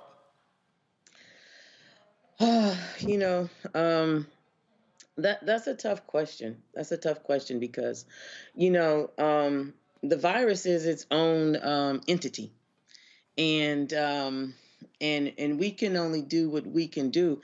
And if the virus, innately is going to mutate and try to avoid, vaccinations and whatever drugs that we throw at it. So, to me, that's hard to answer. It's like, the only thing that I can say is just try to continue doing what you're doing and be safe and wear your masks and social distance and just take precautions based upon, how you feel, Got it. and such, yes.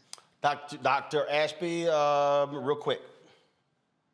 So what I mentioned a bunch of things, but early on when Omicron came about, it was very clear that the majority of the U.S. population was going to get this virus and get exposed to it at some point. That's very important. The issue with Omicron is how many people are getting it at the same time. And so you're getting this big bolus of people who are infected, and a subsegment of those people are going to get hospitalized because they have, again, chronic medical illnesses. And so you made a statement that the majority of patients in the Maryland system that are hospitalized are vaccinated. Did I hear you correct? No, they're unvaccinated. Unvaccinated. Okay. I was. What was that about? But it is important to look at data in that appropriate way. And there's a ton of people who are saying people who are vaccinated are the ones getting sick, and that just couldn't be further from the truth. Yeah. But one of the big issues that people have with doctors who traditional medicine physicians is that we are basically parroting whatever the CDC says. And it's important to realize that natural immunity counts for something, okay? And there's a ton of studies out there that show that once infected, that you do have a protection.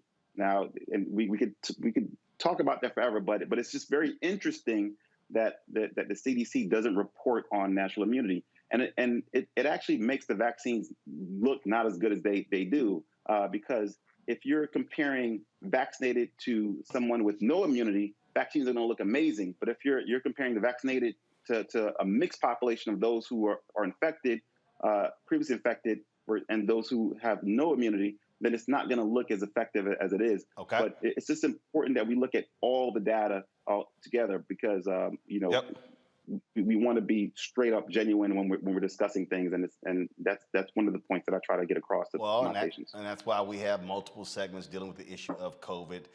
We appreciate Dr. Ashby. We appreciate you, Dr. McDowell, and also Dr. Alexia McGaffney for joining us. Thanks a lot, folks. We come back, we'll talk with Gina Belafonte about the celebration for her father, Harry Belafonte's 95th birthday, and we'll pay tribute to fashion icon André Leon Talley. We've got a huge number of people who want to pay tribute to André Leon Talley. And after today's show, folks, my Rolling with Roland, sit down with actor Glenn Turman.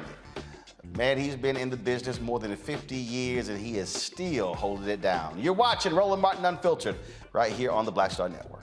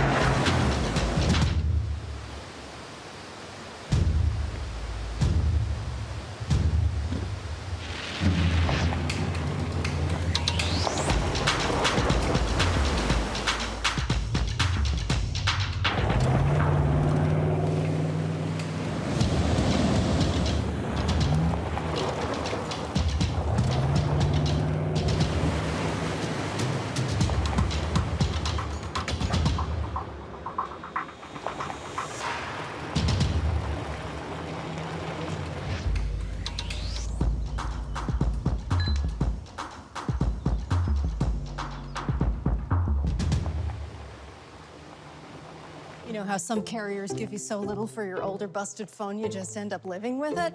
I don't think so. Verizon lets you trade in your broken phone for a shiny new one. You break it, we upgrade it. You dunk it, doggy bone it, slam it, wham it, strawberry jam it, we upgrade it. Get a 5G phone on us with select plans. Every customer, current, new, or business. Because everyone deserves better. And with plans starting at just $35, better costs less than you think.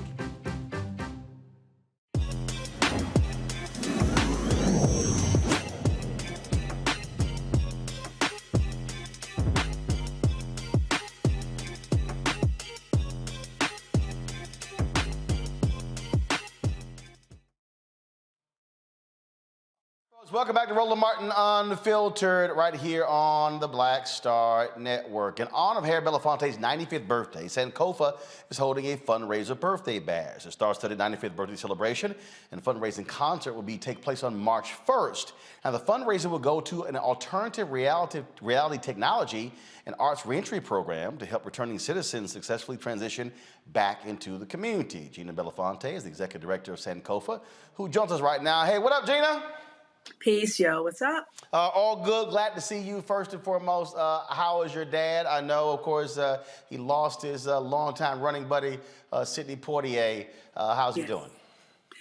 He's hanging in there, and as he said, it's better than hanging up. So he's doing all right. He's doing all right. All right. Well, glad to hear that. I did call him. Matter of fact, it was weird. That night, I called him just to tell him about us, of course, with our new studio. And, of course, you see the photo behind me that we debuted in the studio. And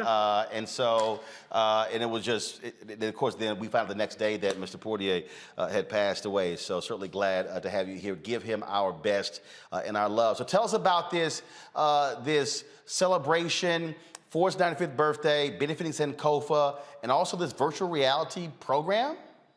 Yes.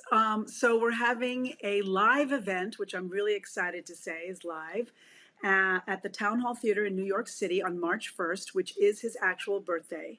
And not only celebrating 95 years of him, we're also celebrating 10 years of Sankofa.org, which is amazing. And we have several different programs out of Sankofa, and one in particular that we're highlighting at this event and raising funds for is a VR reentry program where we take an arts-based curriculum and practice along with virtual reality inside prison, and we work with incarcerated men or women who are sort of soon to be released. And when I say soon, I mean in the next couple of years. So that we can work with them on trauma triggers. Right. And the clients we work with inside are usually those who have been incarcerated for very long periods of time. So coming home for them is a real shock. And there's a lot of things that have shifted and changed. And when you are, it's almost like, you know, like when you go on vacation for like a few weeks and then you come home, or even a week, and you come home and you're like, whoa, it takes you a minute to sort of get back into it. And that's when you're on vacation. So imagine if you've been incarcerated for upwards of 20 years, you've Right. been told what to eat, told when to sleep, told when you can go outside. And now all of a sudden you have your freedom, and there's a lot to get reacclimated toward. So is this like what's that game? What's that game young people be playing? My nieces play it all the time. What's that life game? What do they call it?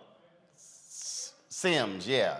So is that a yeah? I don't know. Well, my niece is always playing that damn thing. So essentially, is that what this is like?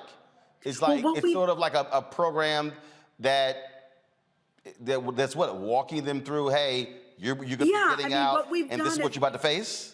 Sure, sure. I mean, well, it's a combination of things. First, when we go inside, we take them through different virtual reality experiences that allows them an opportunity to get used to the technology and how to handle the handheld, remotes and all that stuff. Then we take them actually to places where they've never been. We take them to Thailand. We take them. Got it. At least we're assuming they've never been. We take them to Thailand. We take them to Europe. We take them deep sea fishing. You know, we go underwater. We go into outer space. So they see and they begin to see what the technology can do. Then we begin to introduce segments for them that are potential trauma triggers. Ordering food in a restaurant, checking out at a grocery store, all the options at a grocery store, being on a crowded street. Oh, cool. Bumping into people, conflict resolution. And in the opportunities that we've had so far to not only bring the program inside, but also work with formerly incarcerated men and women and hear their feedback, because it's those who are directly systems impacted that we want to curate toward. So in asking them, what are the trauma triggers? What are you most nervous about coming home? A lot of it has to do with relationships and conflict resolution there, also how to get IDs, how to get employment. So we're creating scenarios that puts them in the position so that they can begin to get used to it. And then also through different arts-based practices, because we don't spend the whole time in VR, otherwise you really get disoriented. We use poetry, drawing, different theater games that all have a philosophy and a psychology behind them to help them start to break down some of the walls that they've put up, to begin to discuss what some of these triggers are, and to begin to open up their view on how they have other options and ways in which to deal with these issues. All We right. work with a psychologist on site with us, who comes in with us at the beginning and toward the end. And then we have follow-ups. So it's a really exciting program. Cool. And, it costs so much to incarcerate folks. We have over 2 million people in prison. Right. And we want to reduce recidivism, right? We want to make sure that when folks come home, they stay home, and they feel that they can acclimate and be productive and create new experiences and a new life for themselves. So we're really excited about the program. Our feedback from our clients has been overwhelmingly positive, both those inside and those already out. Those out have said, if I had only had this when I was coming out. Yep. So We're very excited. So where can folks go to sign up to get ready for the celebration on March 1st? Well, that's a very good question. I would go to the Town Hall Theater website, also at Ticketmaster. It's HB95. And we're just so excited. We're starting to sell. Like the announcement went out yesterday. We've already sold over 500 tickets. We're really excited. So make sure everybody gets in there and gets their tickets. So HB95. So go to Ticketmaster and look up HB95. All right. Yes. We'll also go to the Sankofa website as well if folks want to get more information about that. Sankofa.org. We'll have all the information there as well. All right. Gina, we appreciate it. Thanks a lot. And Thank again, you, give a message to your family. Peace and blessings to you all. All right. Thanks a lot. All right, folks, when we come back, we'll pay tribute to fashion icon André Leon Talley, who passed away yesterday at the age of 73. You're watching Roland Martin Unfiltered on the Black Star Network.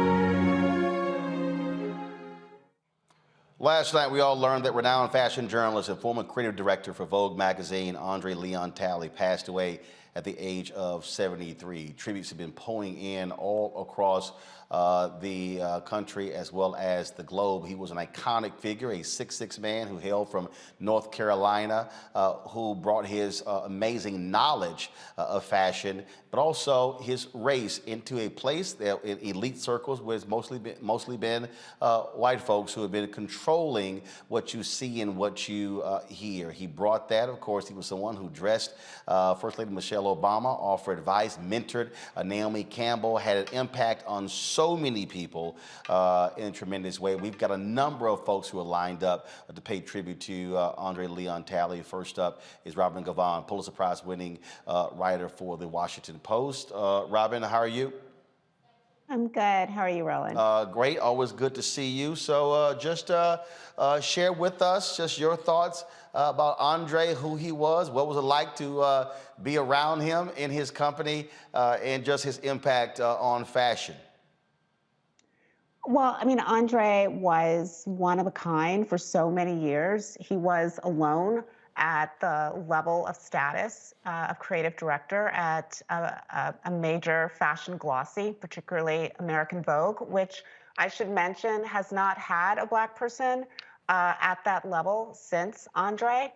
And he was someone who had an astonishing knowledge of European history, the history of fashion. That's one of the things that editor-in-chief of American Vogue, Anna Wintour, once said about him, that he sort of balanced her out because while she was adept at sort of the business side of fashion and certainly the popular culture side of fashion, he really understood the context and the history of it. To some degree, even more so, than the very people who were the gatekeepers when he first came to fashion.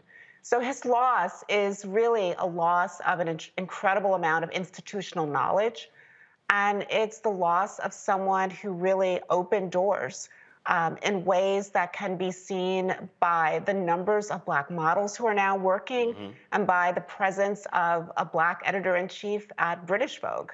And he had to, and the reality is he had to deal with the issue of race in this field, not just in the magazine industry, but the fashion industry itself. And so someone had to walk through those doors, and he had to confront it head on. Yeah, I mean, I think people don't really sort of understand just how different the industry was back when he started in the 70s. I mean, it really was an industry that was dominated by white socialites and people who had sort of aristocratic background and what we now would refer to as sort of limousine liberals. I mean, he really was this sort of odd duck, this tall, skinny Black kid from the segregated South. And what I think is especially striking is that he came into this world armed with intelligence, armed with his faith that had been instilled in him by his grandmother who raised him and who he was devoted to. But he also had an incredible amount of optimism and just joy in the glamour and wonder of fashion. And despite, all of the issues that he had to deal with, whether we'd call them microaggressions now, back then it was just daily life. He overcame it. He shrugged it off. I'm sure he had to internalize some of it, and it was quite difficult, but he continued to move forward, and he never let those barriers stand in the way of what he ultimately wanted to accomplish. Last question for you. I never got a chance to actually meet Andre. I don't think our paths crossed, but everything that I've read, documentaries the documentary that I've seen, this is somebody who also absolutely loved life to the fullest and had a ridiculous sense of humor. Andre was majestic and imperious and funny and cutting. And when he decided that he was going to open his heart to you and be generous, he gushed forth with a kind of generosity that just made you feel that you had been seen by the world. All right, Robin Gavon of the Pulitzer Prize winner, Washington Post. We certainly appreciate you joining us, sharing your thoughts about the passing of Andre Leon Talley. My pleasure. Folks, this was the statement from Anna Wintour, the leader at Vogue. The loss of Andre is felt by so many of us today. The designers he enthusiastically cheered on every season and who loved him for it. The generations he inspired to work in the industry. Seeing a figure who broke boundaries while never forgetting where he started from. Those who knew fashion and Vogue simply because of him, and not forgetting the multitude of colleagues over the years who were consistently buoyed by every new discovery of Andre's, which he would discuss loudly and volubly. No one could make people more excited about the most seemingly insignificant fashion details than him. Even a stream of colorful faxes and emails were a highly anticipated event, something we all look forward to. Yet it's the loss of Andre as my colleague and friend that I think of now. It's immeasurable. He was magnificent and erudite and wickedly funny, and mercurial too. Like many decades-long relationships, there were complicated moments, but all I want to remember today, all I care about, is the brilliant and compassionate man who was a generous and loving friend to me and to my family for many, many years, and who we will all miss. Folks, Anthony Mark Hankins is a fashion designer. Of course, I met Anthony when we were in Dallas. He's now, Anthony, where are you? You in LA? I saw you with your aunt in Savannah, Georgia, posting all the photos and videos. So where are you these days?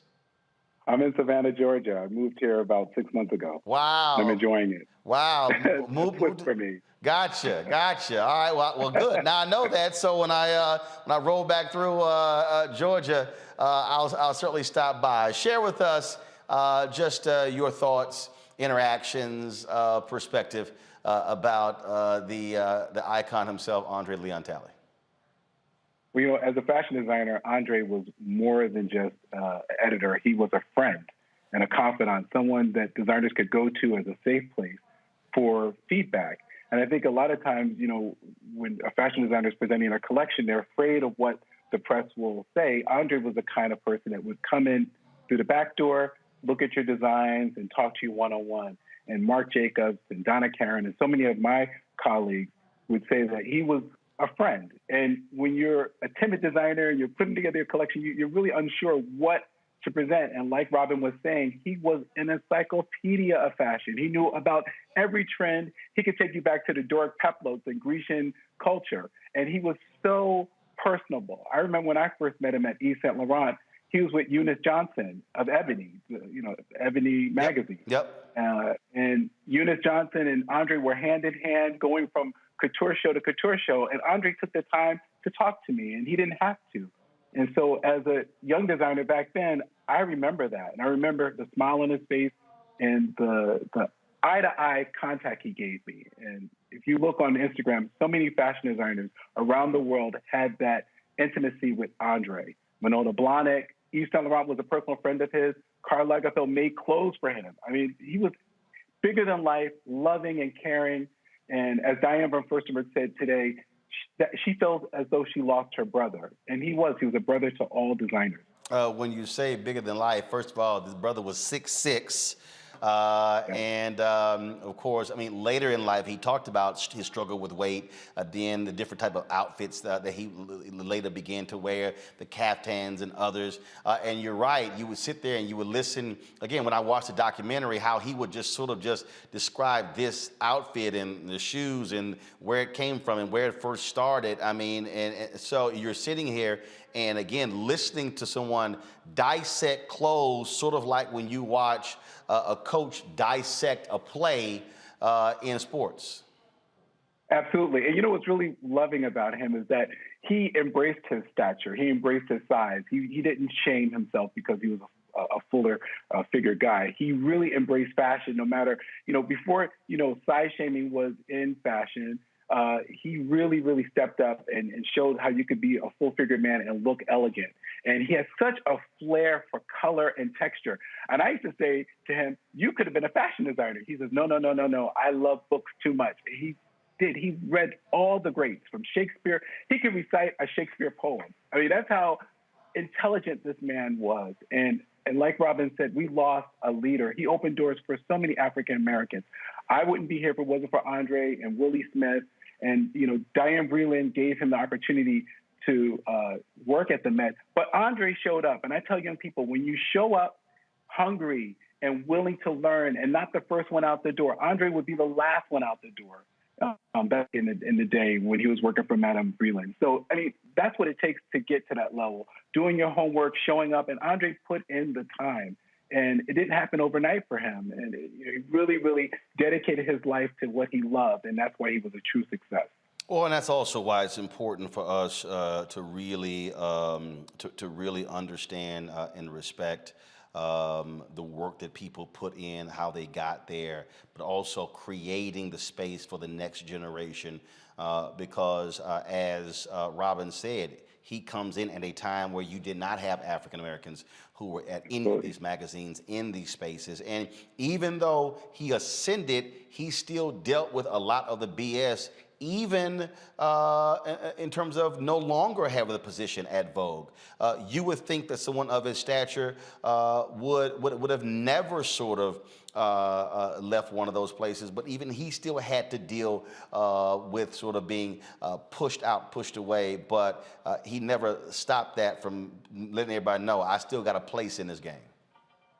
Exactly. It's really, really lovely, his relationship with Diane Vreeland. I hope, our people will go and research André and learn about his, he was really charming. And that Southern charm took him all the way to the top. And, you can come from anywhere in the United States, but there's something really special about the South. His grandmother was a hard-working woman. She cleaned bathrooms. And he said she wore a diadem in his mind. When he looked at his grandmother, he didn't see her as a cleaning lady. He saw her as a princess, as a queen, as royalty. And it's something that we take from our African-American women, from our grandmothers and our mothers who are strong, our aunts who are strong.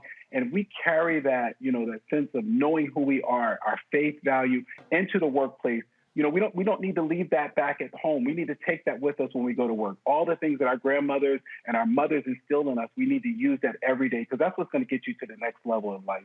And top of all your dreams is by listening to your grandmothers, you know, and having that faith system instilled in you. Carrying it with you all the way. All right, fashion designer Anthony Mark Hankins. And also, I wore the right outfit for today. That wasn't planned. You look fabulous. I had this made when I was in Ghana, so I had to go ahead and rock this one. I should have wore the full length one in honor of Andre with the outfits that he wore. Anthony Mark Hankins, good to see you, man. I hope to see you soon.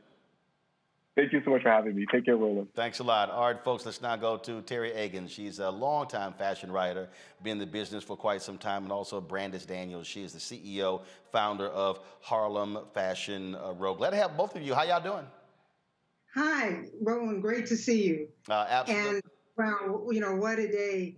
I think about, you know, when I think about Andre, I probably have known him the longest, because we started working, when I started working at Fairchild Publications at DNR in 1977, I was the only Black female reporter there, and he was the Black reporter at Women's Wear Daily. He was a European editor, and I was in the Chicago Bureau. I happened to be in New York. He was in town. Andre blew through the office, and he was, you know, he had on the Savile Row suit, and he was just impeccable, and I was so nervous and in awe. And you know, he had that really grand way of talking, hello, and you know, nice to meet you. And he also welcomed me very warmly, happy to see me, welcomed me in, told me I was going to have a great time. And then through the years, you know, I did other jobs, but then when I started working at the Wall Street Journal, and then I started on the fashion beat, that's when our paths collided again. And when I was in Paris doing some research for my first book, The End of Fashion, Andre was holding court at the Ritz Hotel. He actually had an apartment at the Ritz Hotel, paid for by Karl Lagerfeld, and he invited me, come on over and have lunch with me. And so that was a lot of fun. And he was just, you know, he was just a mentor to everyone. And, you know, Andre was glamorous and fun and everything, but I remember him as a reporter. He was an incredible writer, and I really would think a lot of young people, if you really want to see Andre's real genius at a very young age, you go back and look at those features that he did on Yves Saint Laurent and Givenchy, in Women's Wear Daily, in the W magazine. At that time, it was a broadsheet. And those stories were not just like a reporter showing up and interviewing a designer. This was a reporter who spoke French, who was steeped in the culture. So you really got this whole sense of, I mean, he really gave you a rich story that was not only about fashion, but design. He was a bon vivant, and all that was in his copy. So those stories were just magnificent. Brandis? Yeah, you know, for me, I'm from Memphis, Tennessee. So coming from the South, moving to New York, having this dream of working in fashion, Andre Leon Talley, like so many other people, stood as a beacon of hope because he was from the South, because he was a Black man, and he was in these incredible positions and incredible places. It made me feel like, oh, this is possible for me. And I think that was the sentiment of, you know, every editor friends of mine that I spoke to today over the phone about Mr. Talley, every stylist that I spoke with, everyone had the same sentiment that because he was in his role and in his position, it made us all feel like we could do it too. And I don't know if, you know, Andre Leon Talley really understands the impact that he had on this next generation of African-American, you know, professionals that are in fashion, but he had an immeasurable impact on all of us. Mickey Taylor, editor-at-large of Essence Magazine. Mickey, people might hear Andre, they might see him speak and see his whole persona, but this was a North Carolina boy. This was someone who attended North Carolina Central before moving on to study other places as well. Just share with us your reflections, Andre Leon Talley. Well, he was an unprecedented human being, a fashion storyteller, an icon who was passionate about fashion, who had a strong sense of self from his Southern humble upbringing, you know, in the Jim Crow South. And, you know, if you look at an Andre Leon Talley, this is the stuff dreams are made of. But lest anyone forget, he worked hard to get there. He was informed. He was well educated. He spoke meticulous French. And so whether you were talking with him on the front row of fashion in New York or talking with him in Paris and, you know, realizing what an honor it was to be in his presence because he blazed a trail to get there, and a trail that wasn't always welcoming of someone like him. But he was so informed, they couldn't deny him. They couldn't deny his presence, his grandiosity, and even though they may have hated his skin color. And so it was just quite a takeaway. Every time you were in his presence, you were in a master class of information and what it meant to be Black wherever you are in the world.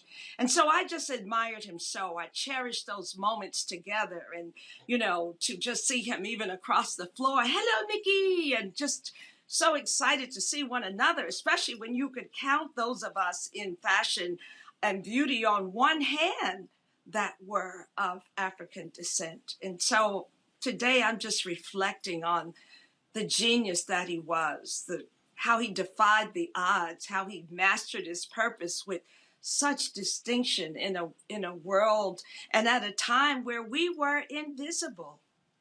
Just nothing, no one like him, that dashing figure cutting across the landscape. Loved me some Andre. Terry, I always say you can be present or have presence. I think it's safe to say Andre Leon Talley had presence. He absolutely had presence, and he was just someone who inspired us all. And you know, I just, you know, as a journalist, and I was listening to everyone talk. Also, be sure to check out Robin's excellent article today in the Washington Post. You really see this is someone who just took command of, you know, anything when he was on a stage, when he was, I'm looking at this video here where he's talking on the red carpet to different celebrities. I mean, everyone loved to talk to him because he was so smart. I mean, and you really got, you know, an education in addition to his, you know, his joy of fashion. I mean, this man could talk about, he was a connoisseur of clothing and food and everything that was about fine living. And this was something that we don't see anymore. You're not going to see, this is an end of an era. You're not going to see anyone like this who's got all this. This is not fast fashion. This is the old school couture that you know is really the fascination of fashion, the dream that so many young people have always thought about. And so, you know, you can learn a lot from Andre. And the main thing that you can learn about, as Anthony Mark Hankins was saying about showing up, because this is a guy who really worked hard. I mean, he made it look fun and fabulous, but Andre was an incredibly hard worker. And he came prepared, and that's why he was accepted.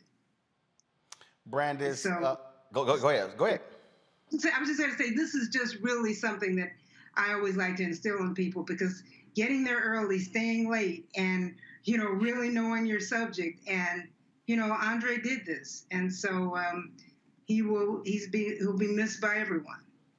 Brandis, the thing that I think is also important to the point that Terry was just making is that people see these events and they're thinking, oh my goodness, these are just all fun times, but it's also work. And so this was someone who was working, who was not, it wasn't just, hey, we're just at the party.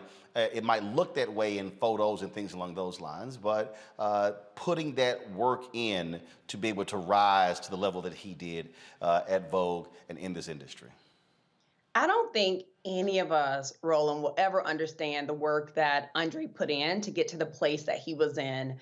And what I love is, you know, he also mentored so many young designers. I think about Mimi Plange. He was an incredible mentor for her. I remember him being at Laquan Smith's very first fashion show that he had ever had. And him, and just, I wasn't even at that event, but hearing that Andre Leon Talley was there at Laquan Smith's very first show, I think it made everyone look at Laquan Smith differently and take him a lot more serious. That's how important his presence was for young designers. Mickey, we talk a lot on this show about opening spaces for African Americans in front of the camera, behind the camera, individuals on boards of directors, but also in the C-suite as well. To the point that Brandis just made, when we're talking about fashion, we're not just talking about those who are on the journalist side, those who are working for the magazines. We also are talking about the individuals who are able to build their companies, to create their empires, to be able to employ hundreds or thousands of people. And so to have an individual who literally had that level of influence, that level of power, and who understood it's not for and no more, or I'm happy to be the only one sitting at the table, because there are some people who look like all of us it is all about just them being the only one. And so he also was deliberate, intentional in saying it can't just be me here. Exactly. And so he opened the doors for models. He took time to mentor designers. He would come to designer shows that, maybe many of the other white editors wouldn't come to. And because he knew it was important, he knew his presence was important there. And then he would go backstage, and in these bold pronouncements that you're used to hearing him make, he would teach you a lesson. He would pour into that designer. He would make time to meet with that designer back at the showroom or in the studio. And because he had that Southern upbringing, and what those of us who had a Southern upbringing understand is that you crawl before you walk. So if you understood what it took for you to get where you are, you understand the importance of making way for someone else. Let's not forget that when he first came to New York, he volunteered at the Costume Institute with Diana Freeland, stayed there late, was hungry on Christmas Eve. He will tell you about that in a heartbeat, the sacrifices he made. And he did the work that many others would not have done to get where he was. And so it was in his soul to give back, to make deposits into others, because there were those who poured into him either willingly or not. But he never forgot that. For all that grandiosity, I will always say he had both feet on the ground, and he was always intentional about whatever it was that he did. Terry, final thoughts? Yeah, my final thought was, I remember when I wrote The End of Fashion, and I wanted André to write a blurb on the back of the book. And I wanted him not to just say, oh, this is fabulous or whatever, but I wanted André to write a blurb, because I knew that it would be something that would, show his scholarship. He would show the appreciation of the scholarship of the type of work that I was doing. And I just feel like that's what he was about. He was not shallow. This is a man who was very deep and really, and he was so absolutely committed to fashion. I mean, in a way that you really don't see at all. And we're just going to miss him. We're going to miss. I think the reason why this incredible outpouring today was because we're all remembering how fashion was when it was. So when we had dress codes and when things were really formal, and things have gotten very casual now, and I see André who's formal and just fabulous, and it really today has really touched me as I think back at all those wonderful moments with him. But rest in peace, great André. You're up there with Carl, hanging out with. Manolo, but he was hanging out with all the fashion, Givenchy and Yves Saint Laurent, and we're thinking about you and remembering you and honoring you.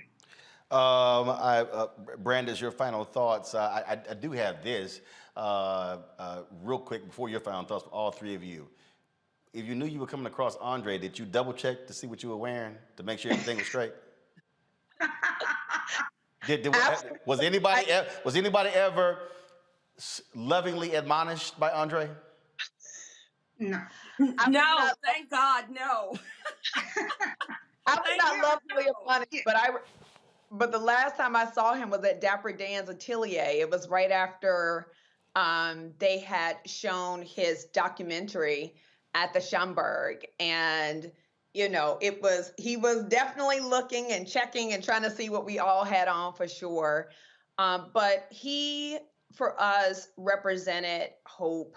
And I think Mickey Taylor said, which, by the way, I'm so honored to be here with Mickey Taylor and Terry Agins, my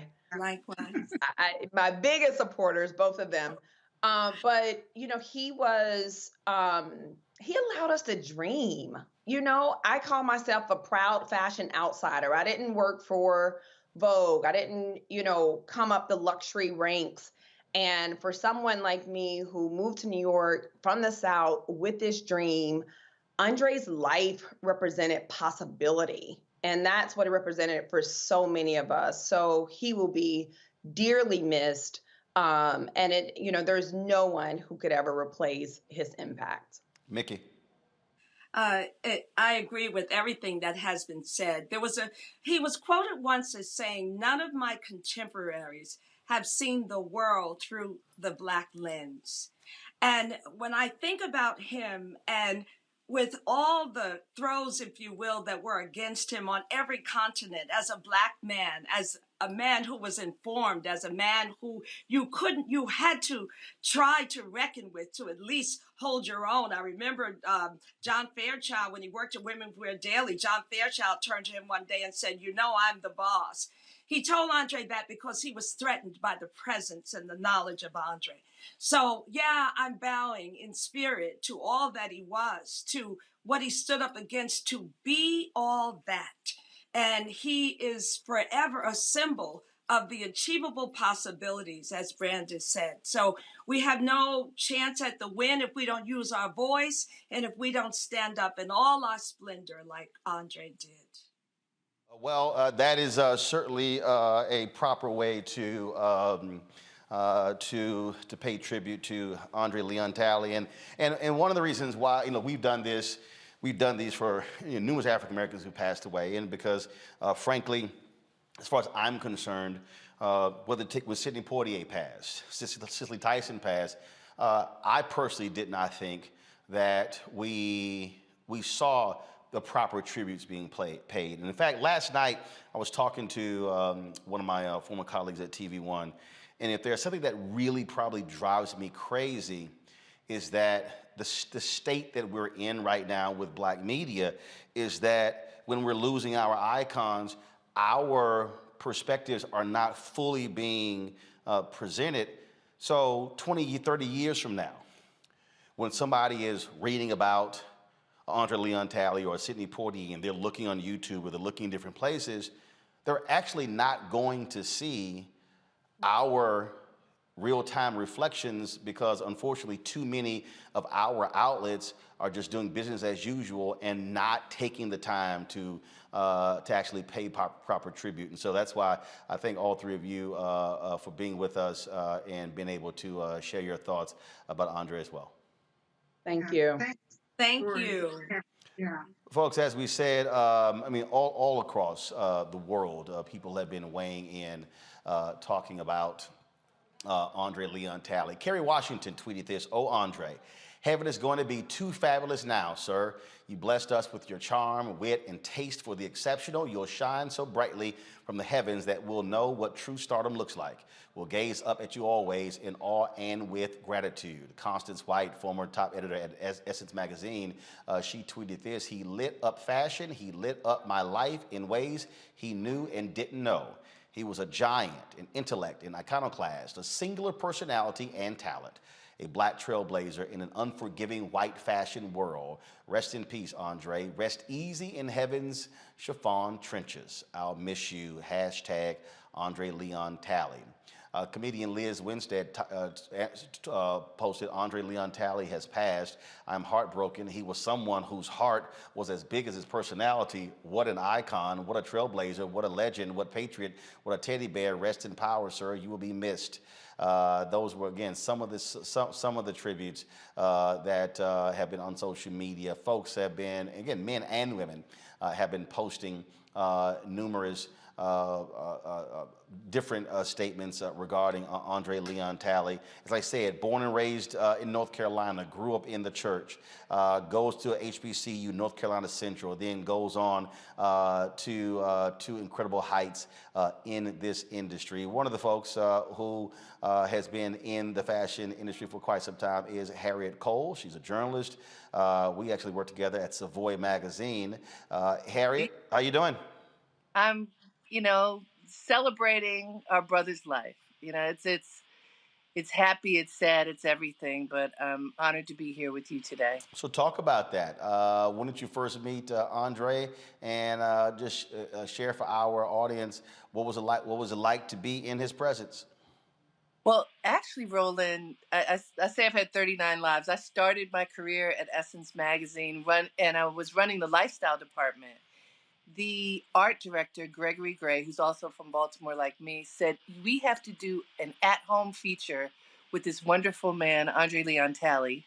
So we went to his apartment in Lower Manhattan, a tiny little perfectly appointed dream apartment, with silk curtains. And what was interesting about his apartment, Roland, is that he had two of everything. He had two fabulous coffee table books, but maybe there were 100 of them, but they were in twos. Even back then, he had custom-made Manolo Blahnik shoes, and he had two of everything. So I said, why do you have two? And he had learned, it was either from Jeffrey Bean or Oscar de la Renta, had told him, well, you have to have two. One for town and one for country. And at this point, he didn't have two homes yet, Roland, but he was ready. So when it came time, he could separate those two and have one in the city and one in the country. He was a sponge. He was always learning and always, figuring out what he could apply knowledge-wise to the world of understanding, of culture, of creativity, of style, of potential. I've told this story several times. I played in the Jeffrey Osborne golf tournament one year. It was rained out. Massive storm came through. And we were sitting at the table, and I was sitting there, and Ahmad Rashad was to my right, Eddie Levert was sitting there, Barry Bonds was sitting there, and Sugar Ray Leonard was sitting there.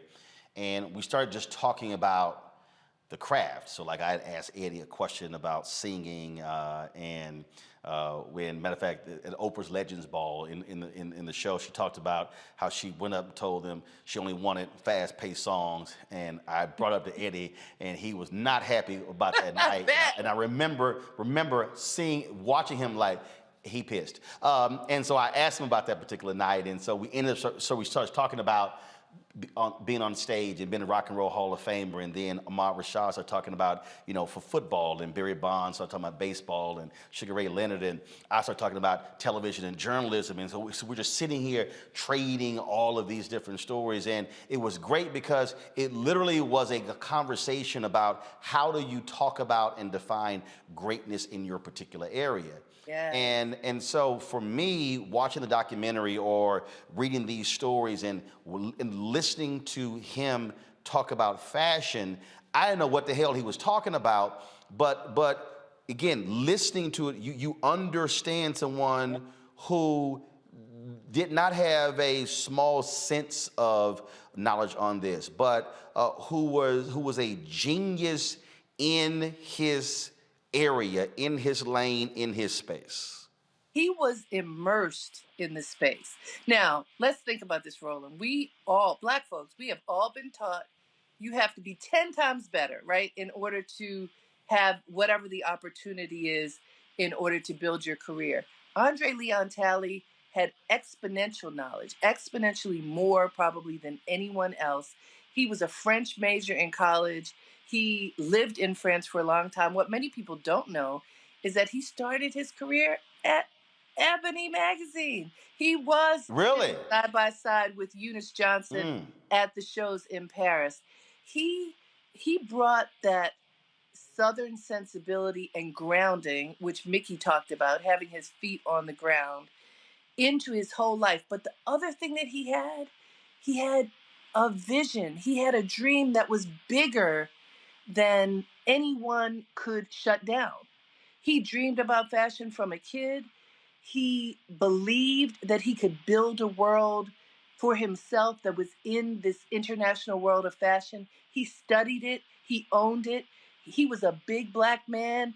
He brought that size and stature with him as a badge of honor rather than anything that anyone could possibly be ashamed of. And I interviewed him, Roland, a year ago for a show that I do for AARP, Real Conversations with him. We talked about his book, The Chiffon Trenches, his memoir. And what I think is so important about that book, and he's written others, is that he documented behind the scenes, what it was like to navigate in this rarefied air that our dear friend Beth Ann Hardison often says, fashion is an island and most people never get to even get a glimpse into it.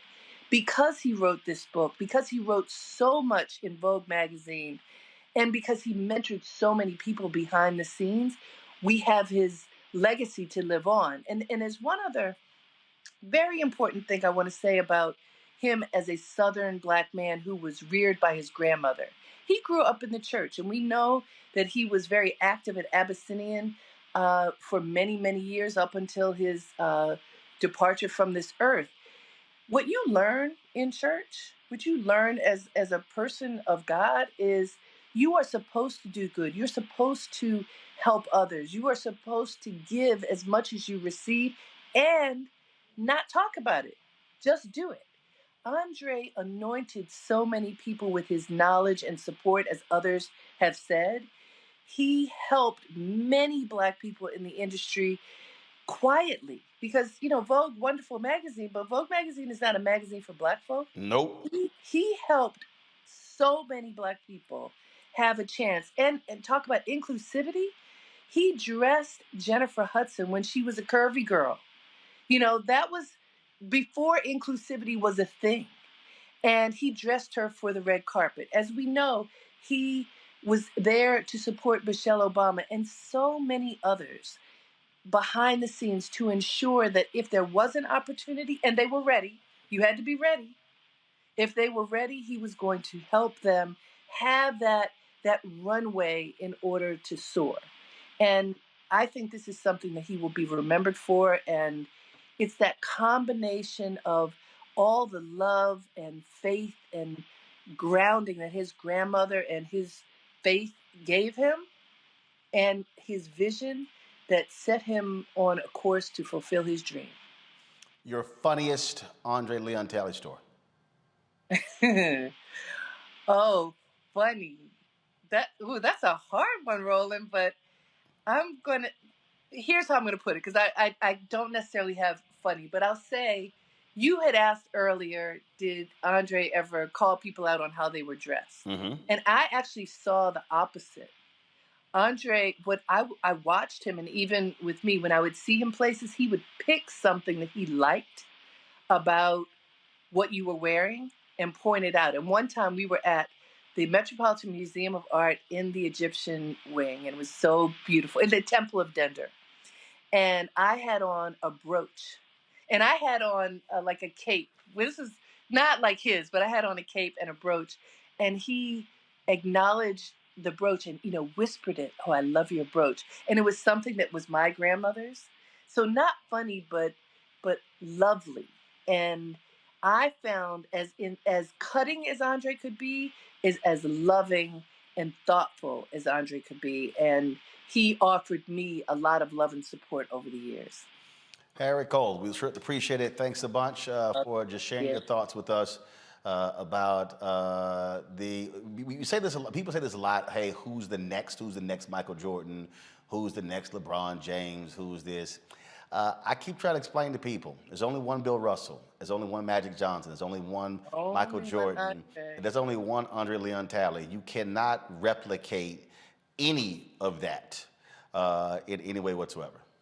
Yeah. Blessings to you, Roland. Thank you for having me. Appreciate it. Thanks a lot.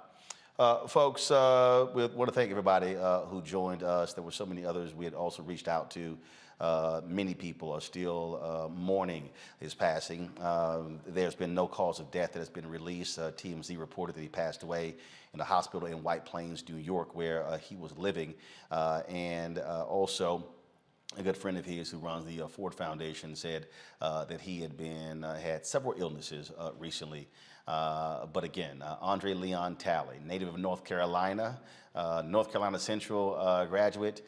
Again, fashion icon, legend, renowned fashion journalist, dead at the age of 73. Folks, we have been watching what's taking place in the United States Senate. I'm going to walk over to the other desk, so cameras, y'all can follow me as I walk over. And so we have been, like I say, following what's been going on, what's been happening in the Senate, where they are voting on the closures. I told you, Vice President Kamala Harris, she is in the United States Senate. Let's go to the Senate right now. Do nothing less than to discourage and prevent certain kinds of Americans, Black and brown Americans, young Americans, elderly Americans, low-income Americans, from participating in the democratic process. My colleagues, we can begin to put a stop to these attacks tonight by voting to proceed to the final passage of the Freedom to Vote Act and the John Lewis Voting Rights Advancement Act. These are good bills. These are effective bills, and they should be passed by this chamber as soon as possible. And if cloture is not invoked, we must change the rules of the Senate so we can pass these bills into law. All right, folks, we have a live stream going on the Black Star Network of what's happening in the United States Senate, so you can certainly watch that. That is it for us with the show. Now, coming up next, we'll end the show, but we're going to have a live stream. Our conversation with actor Glenn Turman. We talk about all sorts of things, his history, going back to A Raisin in the Sun, and how in the world did a boy from Harlem all of a sudden become a huge cowboy?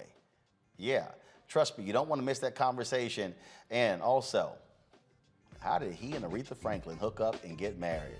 Y'all, it's a fantastic conversation with one of our fantastic elders, the actor Glenn Turman. And so we'll have that live stream going. We'll have the live stream going, what's happening in the United States Senate as well. We got you fully covered. You're not going to miss anything. I want to thank everybody for joining us. Don't forget, if you want to support us here at Roland Martin Unfiltered, please do so by downloading our Black Star Network app, Apple phone, Android TV, Apple TV, Roku, Amazon Fire TV, Xbox One, and Samsung Smart TV as well. And of course, you can join our Bring the Funk fan club. Every dollar you give goes to support this show. We ask $50 from each one of our fans. Our goal is to have 20,000 fans give us $50 each a year. You can give more. If you can't give that, you can give less.